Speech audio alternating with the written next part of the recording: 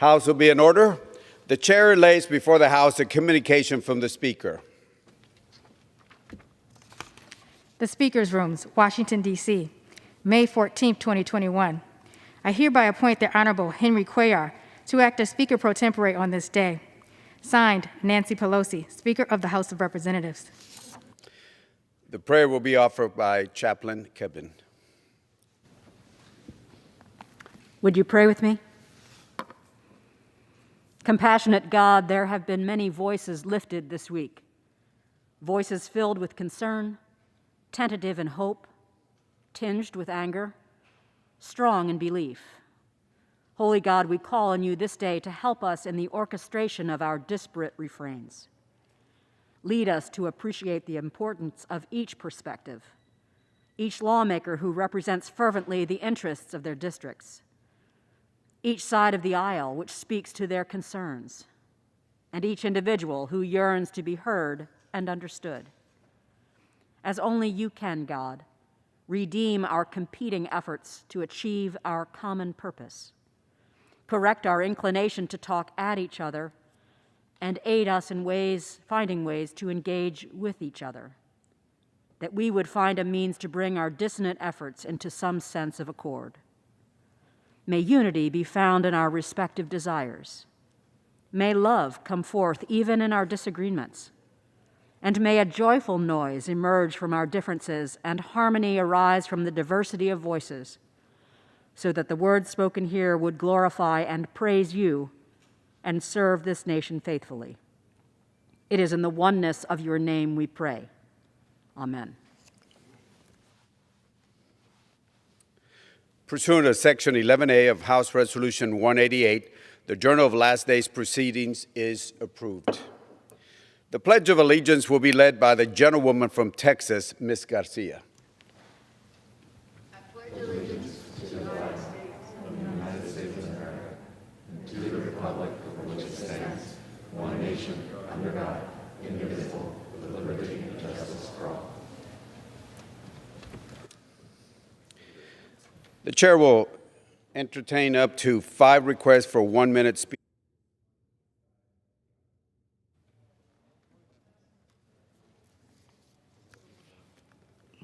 Does the gentlewoman from Texas seek recognition? Mr. Speaker, I ask unanimous consent to address the House for 1 minute and to revise and extend my remarks. Without objection, the gentlewoman from Texas, Ms. Garcia, is recognized for 1 minute. Thank you, Mr. Speaker. Today, I wish to Jacinto City, a community in my district, a happy 75th anniversary. Jacinto City is a beloved community in our district, full of hardworking Americans who contribute to our economy and work every day to build the country we have. In the 1940s, the city became the meeting point for immigrant families who worked in shipyards, nearby steel mills, and war plants. These workers were here seeking the American dream, a dream that became a reality thanks to the entrepreneurial spirit of its immigrant community. This is inspiring, and it reminds us, now more than ever, that our workers play a vital role in empowering and transforming our country. Today, Jacinto City is a beacon of hope for the state's great economy and for our nation. Its diverse community, led by Latina Mayor Ana Diaz, is an example of our country's social fabric and how our immigrants make us stronger and a more vibrant country. I couldn't be prouder of representing this great community, and I'm thankful to the families for their hard work and their contributions to our country. Happy anniversary, Jacinto City. Feliz aniversario. Thank you, Mr. Speaker. I yield back. For what purpose does the gentleman from Pennsylvania seek recognition? To ask unanimous consent to address the House for 1 minute. Without objection, the gentleman from Pennsylvania is recognized for 1 minute. Mr. Speaker, in 2013, Eric Williams was working as a correctional officer at USP Canaan when he was savagely murdered by an inmate who was already serving a life sentence. A jury later found the inmate guilty of Eric's murder, but because of 1 out of 12 jurors voted against the death penalty, he faced no additional penalty for his crime. Such an outcome is unacceptable in our legal system. Officer Williams' tragic killing reveals a glaring injustice for victims of violent crime. That's why I reintroduced Eric's Law this week, which would permit prosecutors to impanel a second jury for sentencing in a death penalty case when the first jury fails to deliver a unanimous verdict. Officer Williams died protecting our community, and we owe it to him and others like him to punish the violent criminals who commit these acts. Though we will never be able to rid our society of heinous crimes or acts of violence, this bill is a step in the right direction to ensure victims and their families have every opportunity to pursue the justice they deserve. Thank you, and I yield back.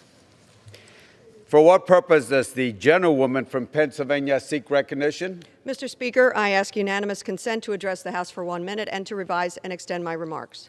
Without objection, the gentlewoman from Pennsylvania is recognized for 1 minute. Thank you, Mr. Speaker. 22 million Americans lost their jobs during the pandemic. Slowly, we have begun to rebuild, restore, and get back on track.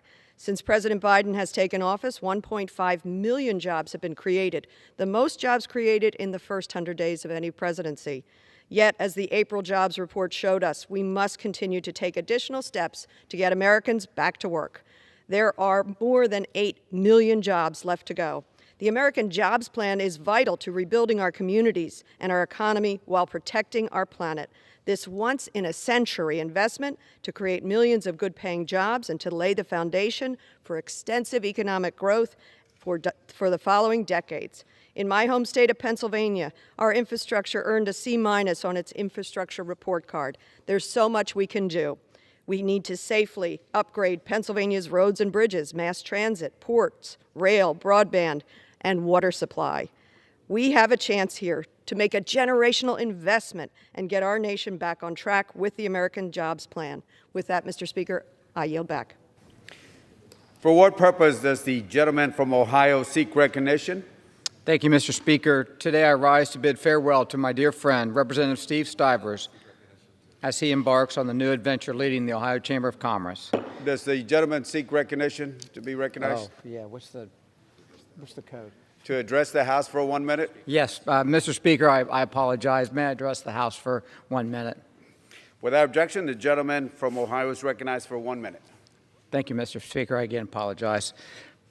Today I rise to bid farewell to my dear friend, Representative Steve Stivers, as he embarks on a new adventure leading the Ohio Chamber of Commerce. A career soldier, Steve has served more than 30 years in the Ohio Army National Guard and holds the rank of Major General. He served the United States overseas during Operation Iraq Freedom, where he led 400 soldiers and contractors. For his leadership, he was awarded the Bronze Star. In a battle closer to home, Steve served on the front line in America's fight against the opioid epidemic. Steve was a champion for the cause of civility, not just in politics, but in our daily lives, founding and co-chairing the Congressional Civility and Respect Caucus. Just as Steve has left his mark here in the halls of Congress and in the lives of so many Americans, I know he will continue to do big things as President and CEO of the Ohio Chamber of Commerce and as champion for job growth across our state. Thank you, Mr. Speaker. I yield back. For what purpose does the gentlewoman from North Carolina seek recognition? Mr. Speaker, I ask unanimous consent to address the House for 1 minute and revise and extend my remarks. Without objection, the gentlewoman from North Carolina is recognized for 1 minute. Mr. Speaker, I rise today to speak in favor of the Pregnant Workers Fairness Act. As a working mother, this bill is very personal to me. When I was pregnant with my third child, I experienced premature labor, and my doctor ordered me to be on bed rest for 10 weeks. I was fortunate to work for an employer who allowed me to keep my job, work a reduced schedule from home, and continue earning my wages. After my daughter was born, I was still able to take my full maternity leave to care for her. And once I returned to the office, I continued to work for that same firm for many years, in part because of the accommodations that were made for me during my pregnancy. This experience should not be unique to me. The Pregnant Workers Fairness Act will ensure that every person who needs reasonable accommodation during pregnancy will be given those accommodations so they can work to continue to support their family and contribute to their workplace. I'm proud to cast my vote in favor of the Pregnant Workers Fairness Act, and I urge my colleagues to join me. Mr. Speaker, I also ask unanimous consent to submit into the record a letter from the National Education Association, and I yield back. Without objection. For what purpose does the honorable gentleman from Georgia seek recognition? Ask unanimous consent to address the House for 1 minute and to revise and extend my remarks. Without objection, the gentleman from Georgia is recognized for 1 minute. Mr. Speaker, I rise today to remember and honor Paul Grassi of Savannah, Georgia, who passed away on April 11th at the age of 97. Following the attack on Pearl Harbor, Paul joined the U.S. Air Force and was assigned as a pilot in the 8th Air Force. He flew more than a dozen combat missions as a B-24 pilot. Paul's most treasured purpose was discovered when he became involved with the building, growth, and development of the National Museum of the Mighty 8th Air Force in Pooler, Georgia. He had a passion for sharing his stories about the courage and the sacrifice of the people he served with. He loved to sing, and he led us often in patriotic songs. In January of 2020, Paul was awarded the French Legion of Honor for his service and role in helping to free France from Nazi occupation during World War II. I'm thankful for the immense impact that Paul Grassi had on our community, and I know his legacy will remain, and we will all miss him very much. My thoughts and prayers are with his family, friends, and all who knew him during this most difficult time. Thank you, Mr. Speaker, and I yield back.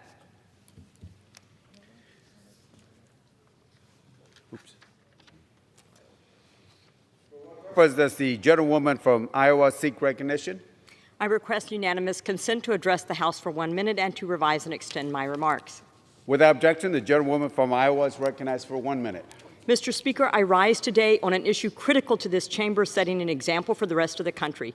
Yesterday, the CDC issued guidance that fully vaccinated individuals can resume indoor activities without wearing a mask or physically distancing. I am pleased to see the CDC following the science and recommending that fully vaccinated individuals can go without masks indoors. As members of Congress, we should not only encourage constituents to get vaccinated, we should be showing them what a return to normal looks like and follow the science. According to the Speaker, roughly 75% of our members have received COVID-19 vaccination and therefore should have the choice to go without masks. Americans are looking for hope, and we are not showing it. Just as I implored on April 22nd, I am again calling on Speaker and the attending physician to lift the rules and fines that require fully vaccinated members of Congress to wear masks in the House chamber. Even the New York Times today said that the CDC is finally catching up to the science, and so should the House. We must be the leaders we were elected to be, follow the science, and have the choice to go without a mask. I am going to be that leader, and I choose no mask. Thank you, Mr. Speaker. I yield back my time. For what purpose does the gentleman from California seek recognition? Mr. Speaker, I ask unanimous consent to address the House floor for 1 minute to revise and extend my remarks. Without objection, the gentleman from California is recognized for 1 minute. Mr. Speaker, I rise today to bring attention to the worsening drought conditions in California. Farmers and producers in California grow more than 1/3 of the vegetables and 2/3 of the fruit and nuts produced in the U.S. Depriving our farmers of the water they need to grow our nation's food ultimately increases the cost of food for every person in the United States. Still, the House majority has yet to take action to address this drought or consider legislation that will bring clean, reliable water to our struggling communities. In February, I introduced H.R. 737, the Renew Win Act, to allow a little water we have to be made available to the communities that feed our nation. While I'm glad to see my persistent request for a drought emergency declaration granted this week by California's governor, this is only a step in the right direction. We need immediate action in Congress, and I implore my colleagues in the majority to advance legislation to confront this crisis, including my bill, the Renew Win Act. Thank you, Mr. Speaker. I yield back.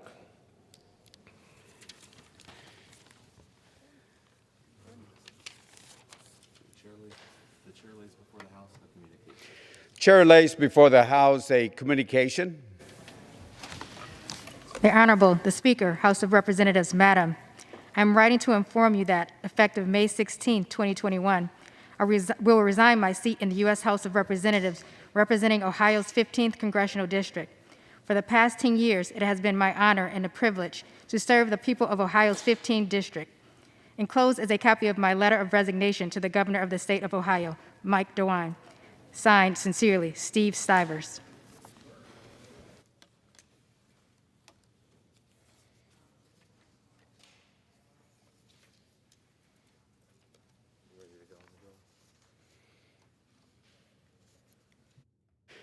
For what purpose does the gentleman from Virginia, Mr. Scott, seek recognition? Mr. Speaker, pursuant to House Resolution 380, I call up H.R. 1065, a bill to eliminate discrimination and promote women's health and economic security by ensuring reasonable workplace accommodations for workers whose ability to perform the function of a job are limited by pregnancy, childbirth, or related medical condition, and ask for its immediate consideration. The clerk will report the title of the bill. Union Calendar Number 14, H.R. 1065, a bill to eliminate discrimination and promote women's health and economic security by ensuring reasonable workplace accommodations for workers whose ability to perform the functions of a job are limited by pregnancy, childbirth, or a related medical condition. Pursuant to House Resolution 380, the amendment in the nature of a substitute recommended by the Committee on Education and Labor, printed in the bill, is adopted, and the bill as amended is considered read. The bill as amended shall be debatable for 1 hour, equally divided and controlled by the chair and the ranking minority member of the Committee on Education and Labor or the respective designees. The gentleman from Virginia, Mr. Scott, and the gentlewoman from North Carolina, Ms. Fox, each will control 30 minutes. The chair now recognizes the gentleman from Virginia, Mr. Scott. Mr. Speaker, I ask unanimous consent that all members have 5 legislative days in which to revise and extend their remarks and insert extraneous material on H.R. 1065, the Pregnant Workers Fairness Act. Without objection, Mr. Speaker, I yield myself such time as I may consume. the gentleman is recognized. Mr. Speaker, I rise in support of H.R. 1065, the Pregnant Workers Fairness Act, and introduced by Representatives Nadler and Katko. It is unacceptable that in 2021, pregnant workers can still be denied basic workplace accommodations that help them stay healthy during their pregnancy. These accommodations, from providing seating to water and excusing pregnant workers from heavy lifting, are not complex or costly. But without these protections, too many workers are forced to either leave their jobs or put their health and the health of their pregnancy at risk. We can and must do better to ensure that no worker in this country is forced to choose between financial security and a healthy pregnancy. The Pregnant Workers Fairness Act would finally establish a right to reasonable accommodations to all pregnant workers, and it would guarantee that pregnant workers can seek those accommodations without facing discrimination or retaliation. Last Congress, 226 House Democrats and 103 Republicans came together to pass this legislation by a margin of 329 to 73. I hope we can come together again this year and finally deliver this bipartisan priority to our nation's workers. Mr. Speaker, I ask unanimous consent to introduce an exchange of letters from Chairs Loughran, Maloney, and Nadler, providing for a discharge of the portions of the bill within the jurisdictions of the House Committees on Administration, Oversight and Reform, and Judiciary. Without objection, Thank you, Mr. Speaker, and I urge strong support for the Pregnant Workers Fairness Act and reserve the balance of my time. the gentleman from Virginia, Mr. Scott, reserves. The gentlewoman from North Carolina, Ms. Fox, is recognized. Thank you, Mr. Speaker. I thank my colleague for yielding, and I yield myself such time as I may consume. Gentlewoman is recognized. Thank you, Mr. Speaker. House Republicans have long supported protections in federal law for all workers, including pregnant workers. And we believe employers should provide reasonable workplace accommodations for pregnant workers, empowering them to achieve their highest potential. I speak not only as a concerned Congresswoman on this issue, but also as a mother and grandmother. Discrimination of any type should not be tolerated, and no one should ever be denied an opportunity because of unlawful discrimination. That is why I support meaningful protections under federal law to prevent workplace discrimination, including federal laws that rightfully protect pregnant workers. The Pregnancy Discrimination Act and the Americans with Disabilities Act are examples. These federal laws already ensure workers are not being discriminated against and receive reasonable accommodations related to pregnancy, childbirth, or related medical conditions.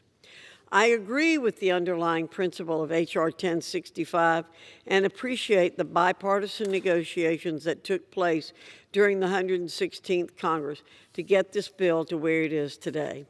And I'm pleased to see the changes we negotiated last Congress were incorporated in the legislative text this time around. When the bill was introduced last Congress, it did not require that a pregnant worker, in order to be eligible for an accommodation, be able to perform the essential functions of the job with a reasonable accommodation.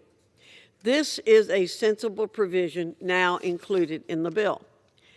A definition of, quote, known, end quote, limitations related to pregnancy, childbirth, or related medical conditions was also initially omitted. The bill now includes such a definition, including a requirement that employees communicate the known limitation to the employer. This provision will help workers and their employers understand their rights and responsibilities. Additionally, the bill introduced last Congress appeared to allow employees a unilateral veto over offered accommodations. However, the bill now clarifies that reasonable accommodations will typically be determined through a balanced and interactive dialogue between workers and employers. The bill introduced last Congress also did not include a limitation on applicability to employers with 15 or more employees, as is the case in Title VII of the Civil Rights Act and Title I of the Americans with Disabilities Act, but it now includes the 15-employee threshold. Finally, the bill now includes a provision that if an employer makes a good faith effort to determine a reasonable accommodation through the interactive process with the employer is not liable for damages. Unfortunately, there's one key provision missing from this bill. One of the core tenets of the Constitution is the guarantee of religious freedom. In fact, it is the first religious freedom mentioned in the Constitution. For the last 240 years, the Supreme Court has upheld that principle in its decisions, and laws written by Congress have maintained strong protections for religious liberty. Yet the bill we're discussing today deals an unnecessary blow to religious organizations, potentially forcing them to make hiring decisions that conflict with their faith. Our job in the People's House is not to defy the Constitution, but to uphold it. No employer should have to choose between abiding by the law and adhering to their religious beliefs. That is why Republicans offered an amendment in committee that would include a narrow but long-standing provision from the Civil Rights Act that is not currently incorporated in this bill. Committee Democrats voted down this common sense amendment. I also submitted the same amendment to the Rules Committee so that it could be debated today, but the Democrats prevented me from offering it. As a result, I cannot in good conscience vote in favor of this legislation. I want to reiterate that I am pleased with the bipartisan negotiations that took place on H.R. 1065. When we work together, we can effect real change. But I will never support any bill that infringes on the Constitution, and I urge my colleagues on both sides of the aisle to do the same. Taking away rights from our citizens is not a win for the American people. It's a win for big government. Thank you, Mr. Speaker, and thank you again, Congressman Scott. I reserve the balance of my time. The gentlewoman from North Carolina reserves. The gentleman from Virginia, Mr. Scott, is recognized. Thank you, Mr. Speaker. Mr. Speaker, I yield 2 minutes to the gentlelady from Oregon, the chair of the Civil Rights and Human Services Subcommittee, Ms. Bonamici. Gentlewoman from Oregon is recognized for 2 minutes. Thank you, Mr. Speaker, and thank you, Mr. Chairman, for yielding. I rise in strong support of the Bipartisan Pregnant Workers Fairness Act. As a mom and a policymaker, I know how important it is to protect the health, well-being, and economic security of pregnant workers and their families.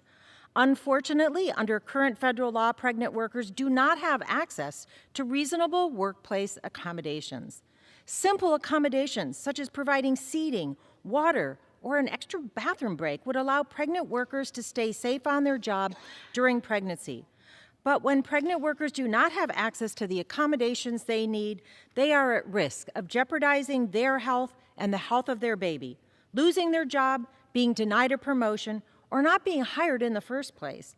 It is unacceptable that in 2021, pregnant workers can still be forced to choose between a healthy pregnancy and a paycheck. Congress passed the Pregnancy Discrimination Act more than 4 decades ago, but pregnant workers still suffer discrimination at an alarming rate. Megan, a manufacturing worker in Oregon, was forced to take an unpaid leave after her employer denied her modest request for light duty 3.5 months before her due date. Now, Oregon has since passed a state version of the Pregnant Workers Fairness Act, and it's working very well, but pregnant workers across the country need fairness too. And we know that women of color are overrepresented in low-wage, physically demanding jobs and are therefore disproportionately harmed by a lack of access to reasonable accommodations. By clarifying the right of pregnant workers to reasonable accommodations on the job, we will finally give them the ability to work safely without fear of facing discrimination or retaliation. I thank Chairman Scott and Chairman Nadler for their leadership. I urge my colleagues to support this bipartisan bill, and Mr. Speaker, I request unanimous consent to enter a letter into the record from the National Partnership for Women and Families in support of the Pregnant Workers Fairness Act. Without objection. Thank you, Mr. Speaker. I urge all my colleagues to support this bill, and I yield back the balance of my time. Gentlewoman yields back. Gentleman from Virginia reserves. The gentlewoman from North Carolina is recognized. Thank you, Mr. Speaker. I yield 1 minute to the gentlewoman from Louisiana, Dr. Letlow. Gentlewoman is recognized for 1 minute. Mr. Speaker, I rise today in opposition to H.R. 1065. As a working mother who has 2 beautiful children, I support reasonable accommodations for pregnant workers. Many of the provisions in the Pregnant Workers Fairness Act are admirable. However, it is equally important to protect First Amendment rights of our religious organizations, hospitals, and schools, including those located in the 5th District of Louisiana. Under this bill, organizations could be forced to make employment-related decisions that conflict with their faith and sacrifice their religious rights. For example, a faith-based employer could be deemed in violation of this bill if it does not accommodate an employee's request for paid time off to undergo an abortion. Also, if signed into law, this bill allows an independent and uncontrollable federal agency to make additional rules and regulations that could further erode religious liberties. It leaves decision-making into the hands of unelected government bureaucrats. Therefore, Congress must include a religious freedom exemption in the base text of this bill. When it comes to religious freedom and pro-life issues, we should not allow bureaucrats and potentially the judicial system to make decisions by reading between the lines. We must send a clear message that religious freedom is non-negotiable. Thank you. I yield back my time. Gentlewoman yields back. The gentlewoman from North Carolina reserves. The gentleman from Virginia is recognized. Mr. Speaker, I yield to a member of the Committee on Education and Labor, the gentlelady from New Mexico, Ms. Leger-Fernandez.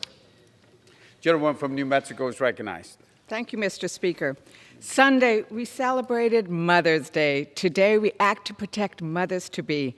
Every pregnant worker deserves the opportunity to support their family without risking the health of their pregnancy. Yet pregnant workers, especially those in low-wage and physically demanding jobs, are often forced to choose between their health and a paycheck. The Pregnant Worker Fairness Act will correct these flaws in our system to ensure that pregnant women are treated fairly in the workplace. Women carried the brunt of losses during the pandemic, losing a net 5.4 million jobs. We need to make it easier for them to get back to work, and that must include pregnant women. I'm proud that my home state of New Mexico passed legislation to protect pregnant workers with bipartisan support last year. It's time for Congress to do the same. Mr. Speaker, I ask unanimous consent to enter into the record a letter from the ACLU in support of the Pregnant Worker Fairness Act. Without objection. Thank you. Gentlewoman yields back. Gentleman from Virginia reserves. The gentlewoman from North Carolina is recognized. Thank you, Mr. Speaker. I yield 2 minutes to the gentleman from Idaho, Mr. Fulcher. Gentleman from Idaho is recognized for 2 minutes. Thank you, Mr. Speaker. Mr. Speaker, there's no question that pregnant workers should be treated fairly and be provided with reasonable accommodations in the workforce. We're all in favor of common sense guidelines to ensure this. Serving as a subcommittee ranking member in the Education and Labor Committee, I had the opportunity to dive deeply into this bill and participate in the full committee markup. While much of this law is redundant to the two laws that currently protect pregnant workers, I agree with many of the provisions in the bill, and it was substantially improved from the version introduced in 2019. During our markup, I asked for an amendment to clarify one specific provision before lending my support. My provision singles out religious organizations by removing the exemption found in nearly every civil rights bill, including the Civil Rights Act. Because each religion has its own unique customs, requirements, and traditions, it's not reasonable to mandate employment decisions that conflict with people's faith. By not including this longstanding Civil Rights Act provision, H.R. 1065 is likely to create legal risk for religious organizations. Pregnancy discrimination or pregnancy accommodation laws in at least 16 states and the District of Columbia also include a provision similar to the Religious Rights Act Religious Organizations Protection. By adding a simple reference in H.R. 1065 to the Civil Rights Act, we can harmonize the bill with current law and ensure that religious organizations receive the same protections as outlined in the Civil Rights Act. Mr. Speaker, this is the only reasonable thing to do. I yield back. Gentleman yields back. The gentlewoman from North Carolina reserves. The gentleman from Virginia is recognized. Mr. Speaker, I yield 1 minute to the gentlewoman from Georgia, a member of the Education and Labor Committee, Ms. McBath. The gentleman from Georgia is recognized for 1 minute. Thank you, Mr. Speaker, and thank you, Chairman Scott, for bringing this vital legislation to the floor. The Pregnant Workers Fairness Act will ensure that no pregnant woman is unfairly forced out of their job or risk their health just simply to earn a paycheck. Our mothers deserve these federal protections. I believe that we all want to support our working mothers. Allowing these simple accommodations can make the difference between being forced out of a job and providing a living for themselves and for their families. 27 states have already passed laws that require certain employers to provide accommodations to pregnant women. And it's time for federal action to ensure that all pregnant women are protected from discrimination and can continue to support their families. This legislation is supported by both women's health groups and the industry, and I have a letter from major employers and leaders in the business community across the country that are voicing the support for this legislation. I ask unanimous consent for this letter to be submitted for the record. Thank you. I urge all my colleagues to vote yes on this legislation, and I yield back the balance of my time. Gentlewoman yields back. Gentleman from Virginia reserves. Gentlewoman from North Carolina is recognized. Thank you, Mr. Speaker. I yield 1 minute to the gentlewoman from Michigan, Ms. McClain. Gentlewoman from Michigan is recognized for 1 minute. Thank you, Mr. Speaker. I rise today in objection to the Pregnant Workers Fairness Act. This bill was so close to being a bipartisan bill. In fact, I was ready to vote yes on it because, as the majority of people, I do not believe in discrimination.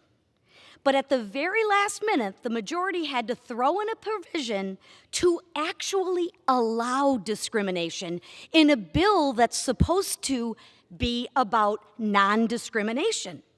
The very last minute.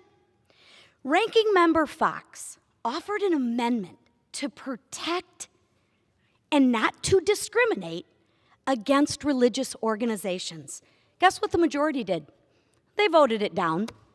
Remember, this is supposed to be a bill about not discriminating, yet we vote this down. Although the bill sounds good, and as a woman, and I will say I am a woman, as a mother, and I am proud to be a mother, I was also pregnant and a worker. So I believe in fairness, I believe in non-discrimination, and I believe in protecting the rights of those individuals. But let's stop playing games in Congress. Let's actually start protecting the people who need protection, and let's get to work. I yield back. Gentlewoman yields back. The gentlewoman from North Carolina reserves. The gentleman from Virginia is recognized. Mr. Speaker, I yield 2 minutes to the gentlelady from Texas, Ms. Jackson Lee. The gentlewoman from Texas is recognized for 2 minutes.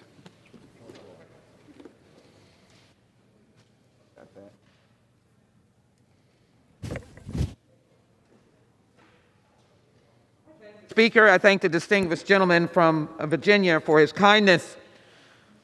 This has to pass today if we have any sense of fairness, not only to women, but to our children. The Pregnant Workers Fairness Act would establish that private sector employers with more than 15 employees and public sector employers must make reasonable accommodation for pregnant employees, job applicants, and individuals with known limitations related to pregnancy, childbirth, or related medical conditions. Pregnant workers and individuals with known limitations related to pregnancy, childbirth, or related medical conditions cannot be denied employment. The Supreme Court decision just recently in 2015 that allowed pregnant workers to bring reasonable accommodation discrimination claims is not enough, because pregnant workers are still being denied accommodations because the Young decision set a reasonably high standard for proving discrimination. All of our employers, this is not discrimination. I've never seen in a religious organization that wants to deny anyone any opportunity. This is a fair assessment. I know it personally because I was denied a job because I was pregnant and not pregnant, but nursing. A job was taken away from me. When I was pregnant and was about to give birth, there was no definition of pregnancy leave for my position. At that time, I was a lawyer practicing law in a large firm. And it was at best 2 weeks and get back. So I understand that this is essential for those workers in conditions and accommodations and working conditions where they do not have the power to be protected, that they're doing heavy lifting, that they have physically demanding jobs, that they're the sole provider of their family. This is important. And Black and Latino women particularly suffer. Minority women particularly a burden. 3 in 10 pregnant workers are employed in 4 of the occupations that make up the backbone of our communities. We must have this bill. So I ask my colleagues to support this legislation. I want to offer into the record, Mr. Speaker, a letter from the disabled community, mental health community, United Spinal Association, and others. I'd ask unanimous consent to submit this into the record. Without objection. And I ask to submit into record a letter representing organizations from Black Mamas to March of Dimes, 1,000 Days, Academy of Nutrition. Ask unanimous consent. Without objection. Ask unanimous consent to submit into the record a letter from the YWCA dealing with 200 local organizations in 45 states. Without objection. Women are in the workplace. They are the backbone of this economy. We need to pass this legislation and pass it now. I thank Mr. Scott and Mr. Nadler for their leadership. I yield back. Gentlewoman's time has expired. The gentleman from Virginia reserves. The gentlewoman from North Carolina is recognized. Thank you, Mr. Speaker. I yield 1 minute to the gentleman from Virginia, Mr. Good. Gentleman from Virginia is recognized for 1 minute. Thank you, Mr. Speaker, and thank you, Madam Ranking Member Fox. You know, it amazes me that House Democrats are claiming to champion the cause of pregnant workers' fairness when they're so radically anti-life. How can Democrats claim to support fairness or champion pregnancy when they support taxpayer-funded abortion for any reason at any time on demand? How can they claim this with a straight face when they minimize the sanctity of life and the family?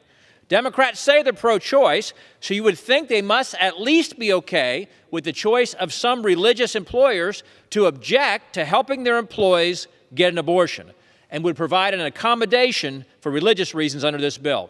It would seem reasonable for someone who says they're pro-choice to support the notion that if someone gets an abortion, they can't force their employer to be part of this choice. But Democrats refuse to allow language to protect religious freedom in this bill. The fact is, Democrats are only pro-choice when the choice is abortion, the taking of innocent human life. Protections already exist for pregnant workers through the Pregnancy Discrimination Act and Americans with Disabilities Act. I oppose these additional heavy-handed regulations, and I trust American small business owners to treat their employees fairly, and I honor the constitutional mandate that states should make their own health care policy. And I yield back. Gentleman's time has expired. The gentlewoman from North Carolina reserves. The gentleman from Virginia is recognized. Mr. Speaker, I yield 1¼ minutes to the gentlelady from Florida, Ms. Wasserman Schultz. The gentlewoman from Florida is recognized for 1¼ minutes. Thank you, Mr. Speaker. Mr. Speaker, I rise in strong support of the Pregnant Workers Fairness Act, a bipartisan proposal that will finally secure clear protections for pregnant workers. Pregnant women should not have to risk their lives on the job. Yet too often, instead of offering accommodations routinely given to other employees, a pregnant worker risks termination, meaning she loses her paycheck and health insurance right when she needs them the most. We know that COVID-19 has exacerbated health inequalities for women, especially women of color. Before the pandemic, moms in the U.S. already struggled and died from pregnancy-related causes at the highest rate in the developed world, with black moms dying 3 to 4 times the rate of their white peers. I ask unanimous consent to submit a letter into the record on behalf of maternal health organizations who support putting a national pregnancy accommodation standard in place. Without objection. The Pregnant Workers Fairness Act can improve some of the most serious health consequences black pregnant women experience in the workplace. Federal protections for pregnant workers are stuck in the 1950s. In 2021, it is past time for workplaces to accommodate our families and protect all pregnant workers. It's women and families who keep our economy and communities running. I urge my colleagues to vote yes, and I yield back the balance of my time.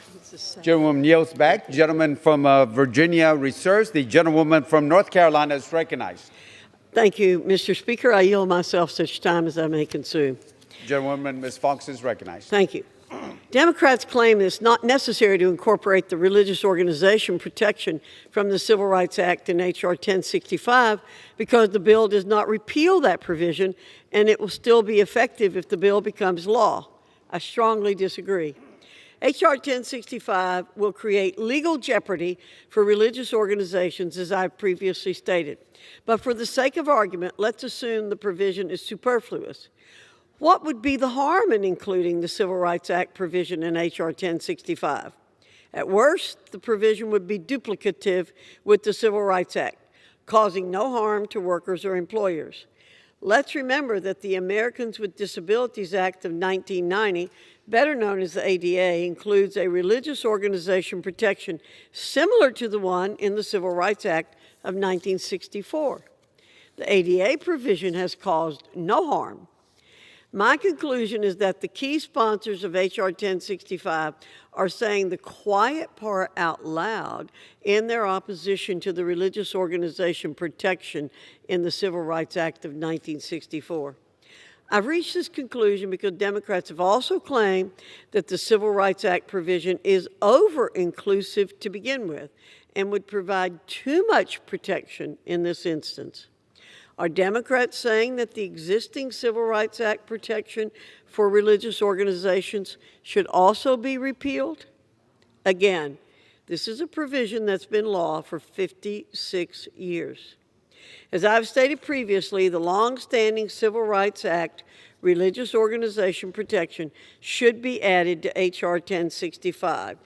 At worst, it would do no harm, and at best, it will prevent religious organizations from being required to violate their faith. With that, Mr. Speaker, I reserve the balance of my time. Gentlewoman from North Carolina reserves. The gentleman from Virginia, Mr. Scott, is recognized. Thank you, Mr. Speaker. Mr. Speaker, I yield 4 minutes to the gentleman from New York, lead co-sponsor of this legislation, Mr. Katko.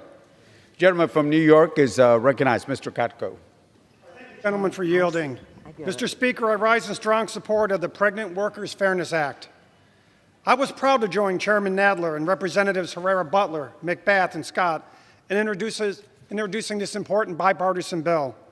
This legislation addresses a seemingly simple issue that I have no doubt everyone in this chamber agrees with.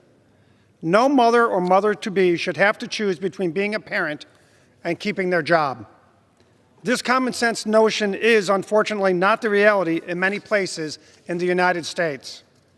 Before my home state of New York passed a law prohibiting discrimination against pregnant workers, I heard far too many stories of pregnant women facing discrimination in the workforce and having to choose between a healthy pregnancy and a paycheck. There was Yvette, a single mother of 3 who worked at the same grocery store for 11 years. Having suffered miscarriages in the past, she knew her pregnancy was high risk, and she gave her employer a doctor's note with a lifting restriction.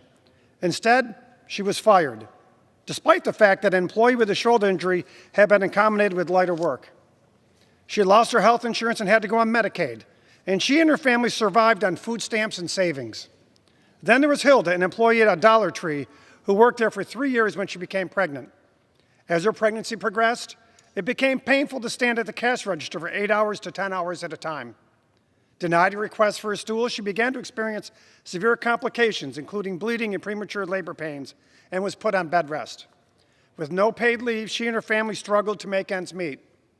These women and others who have been subject to similar discrimination in the workforce suffered an unthinkable physical and financial toll.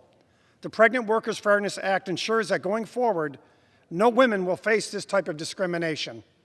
This bipartisan bill provides pregnant workers with an affirmative right to reasonable, and I stress the word reasonable, accommodations in the workplace, while creating a clear and navigable standard for employers to follow. These accommodations are minor, as simple as providing an employee with extra restroom breaks or a stool to sit on. This bill is not a hiring statute and does not amend or eliminate existing religious freedom protections. The arguments against this bill made by some members of my own party are based on inaccuracies or wrongfully detract from the importance of this common sense policy. This bill is a product of extensive bipartisan negotiation in collaboration with advocates and the business community. Reflecting the widespread support for this legislation, the bill has received numerous endorsements from the business community, including the U.S. Chamber of Commerce, as well as over 180 women's, health, labor, and civil rights organizations. Mr. Speaker, I request unanimous consent to enter into the record a letter of support from a coalition of business groups, including the U.S. Chamber of Commerce, SHRM, and the National Retail Federation. Without objection. Fundamental protections for mothers and soon-to-be mothers in the workplace are long overdue. I strongly urge my colleagues to support this common-sense, critical legislation, and I yield back the balance of my time. Gentleman yields back the balance of his time. The gentleman from Virginia reserves. The gentlewoman from North Carolina is recognized. Thank you, Mr. Speaker. I yield 2 minutes to the gentlewoman from Illinois, Ms. Miller. The gentlewoman is recognized for 2 minutes. Thank you. Oops. I rise in opposition to H.R. 1065, the Pregnant Workers Fairness Act. The policy choices we make here in Congress about labor should be made to support the family and our freedoms. This is because work, family, and freedom support and need each other. If one of these aspects is weakened, the whole chain is weakened as well.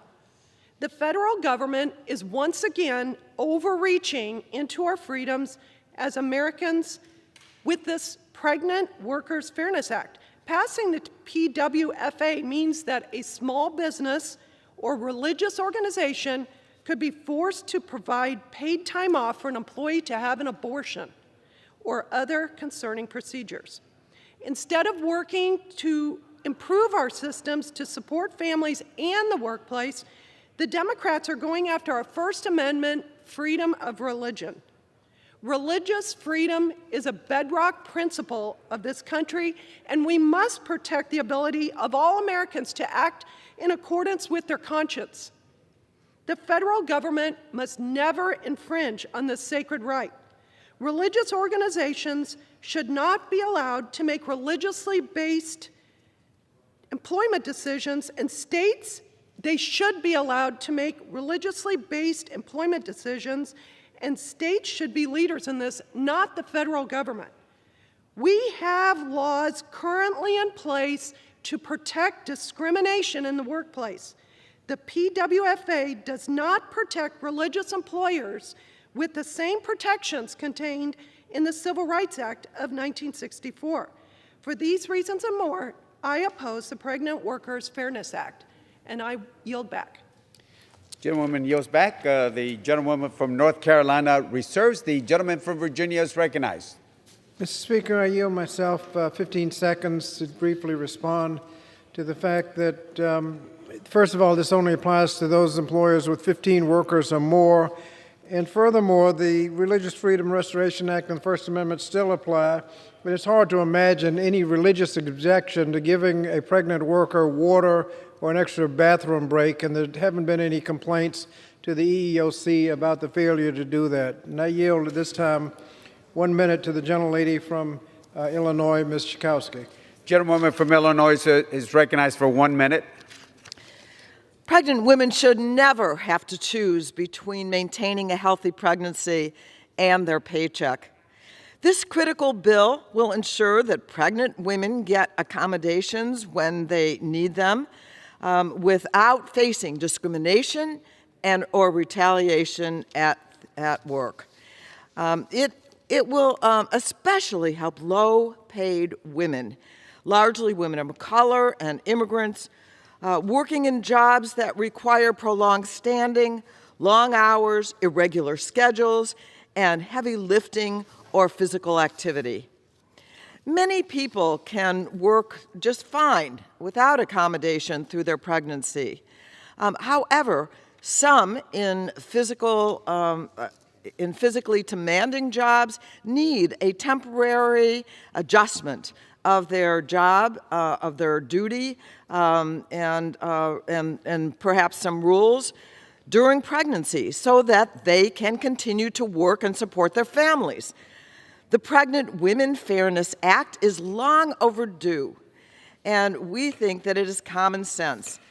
I ask unanimous consent to put into the record a letter from the Religious Action Center of Reform Judaism, and with that I yield back. Without objection, gentlewoman yields back. Gentleman from Virginia reserves.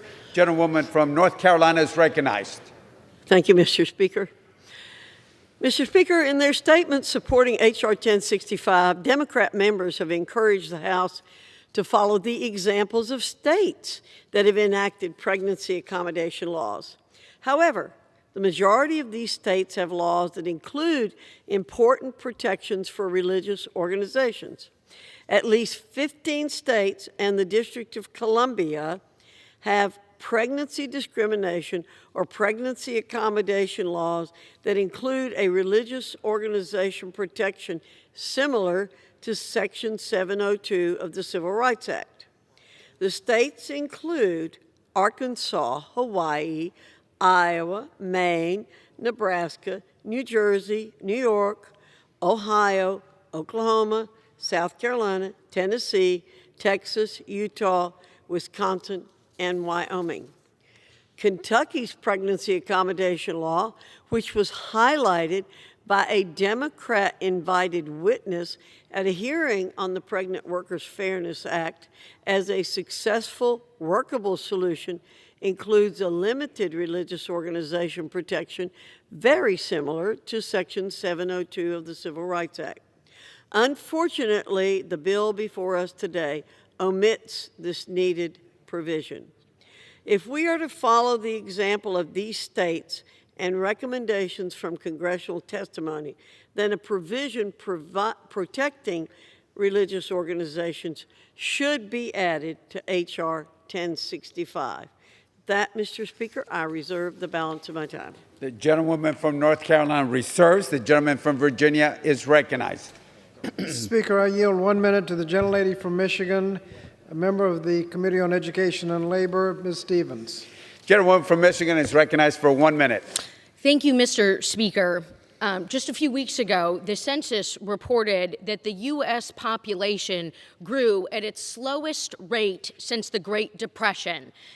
Birth rates are falling for the 6th year in a row. A recent Harvard Business Review study declared that the United States has the most family-hostile policies of any industrialized country in the world. This is a wake-up moment for us, and this is why H.R. 1065, the Pregnant Workers Fairness Act, couldn't be more important, particularly for the unheard, the suffering, expectant mother who has to time when she can go to the bathroom. I hear from teachers all across Michigan who explain this to me. The woman who is bleeding and bloating and wondering when she can check in with her doctor, and then being egregiously pushed out of the workplace. We are talking about stools. We are talking about a place for a pregnant woman to sit in the workplace. And that is why it is so joyous, Mr. Speaker, that this bill today is bipartisan. And with that, Mr. Speaker, I would like to submit on behalf of the 1.4 million AFSCME workers a letter in support of this legislation. Thank you. And Without objection, gentlewoman yields back. Gentleman from Virginia reserves. The gentlewoman from North Carolina, Ms. Fox, is recognized. Thank you, Mr. Speaker. I yield myself such time as I may consume. Gentlewoman is recognized. Mr. Speaker, I appreciate that the U.S. Chamber of Commerce worked with the Education and Labor Committee to make improvements to the Pregnant Workers Fairness Act. However, the Chamber does have few, if any, religious organizations as members.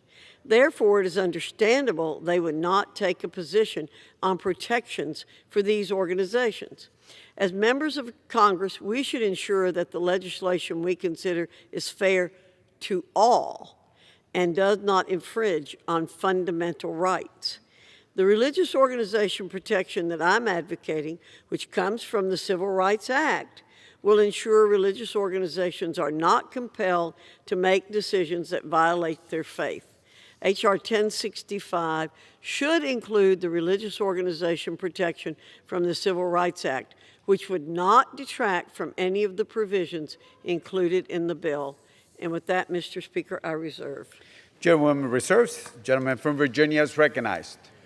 Thank you, Mr. Speaker. Mr. Speaker, I yield 5 minutes to the gentleman from New York, the chair of the House Judiciary Committee and sponsor of the legislation, Mr. Nadler. Gentleman from New York is recognized for 5 minutes. Thank you, Mr. Speaker, and thank you, Mr. Katko, for co-sponsoring this bill.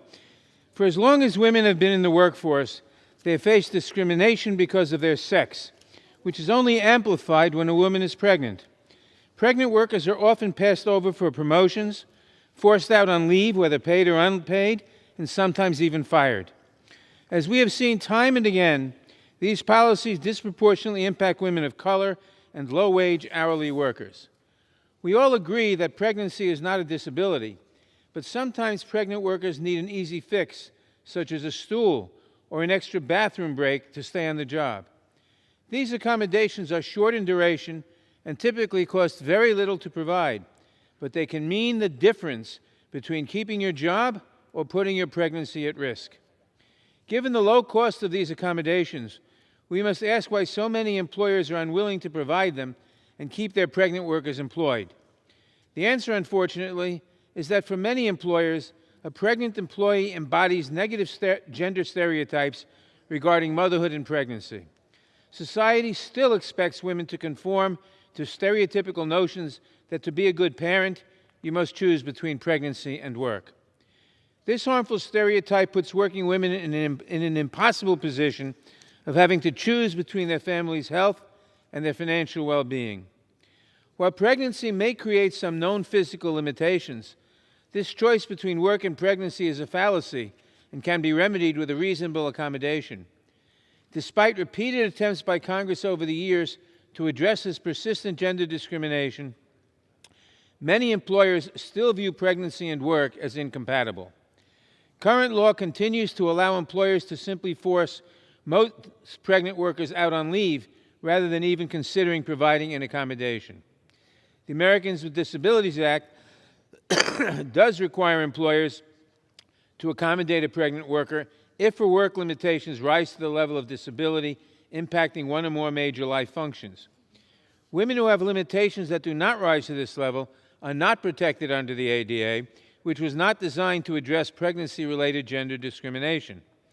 Furthermore, the courts have hamstrung other attempts by Congress to address pregnancy-related gender discrimination.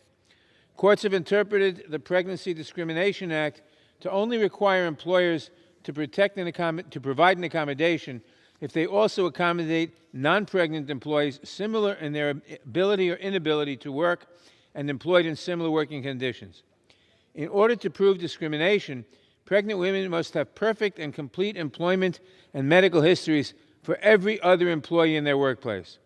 It's obviously nearly impossible for employees to have that information, as evidenced by the fact that in over two-thirds of cases, courts have sided with employers who denied a pregnant worker accommodation.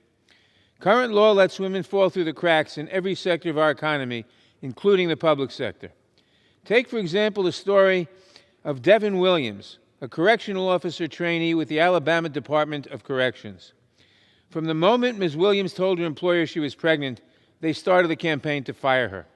When she presented a note from her doctor requesting to be excused from a monthly physical training session during her pregnancy, the state fired her.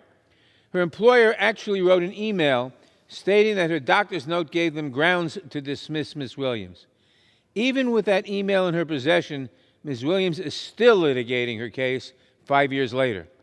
No one should have to go to federal court to get a simple accommodation to safely stay on the job while pregnant.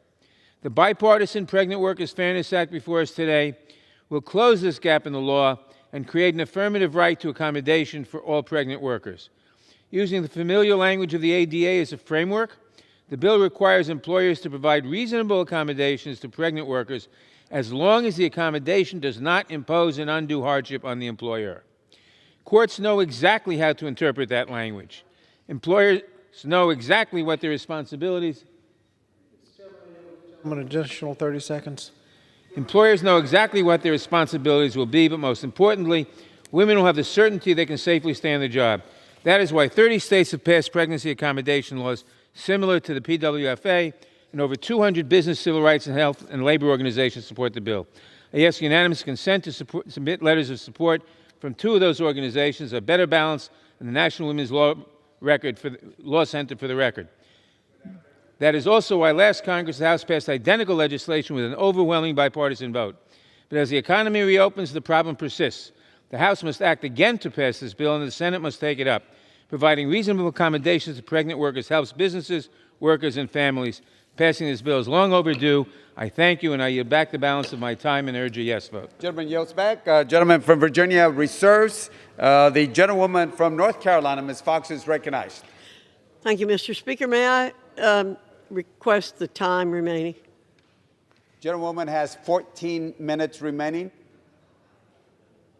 Gentleman from Virginia has 9 3/4. 9 3/4. Thank you, Mr. Gentlewoman Speaker. is recognized. I'll reserve.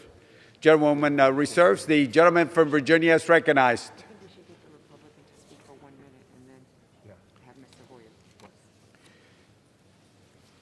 Mr. Speaker, I yield 1 1/4 minutes to the gentleman from Louisiana, Mr. Fortenberry.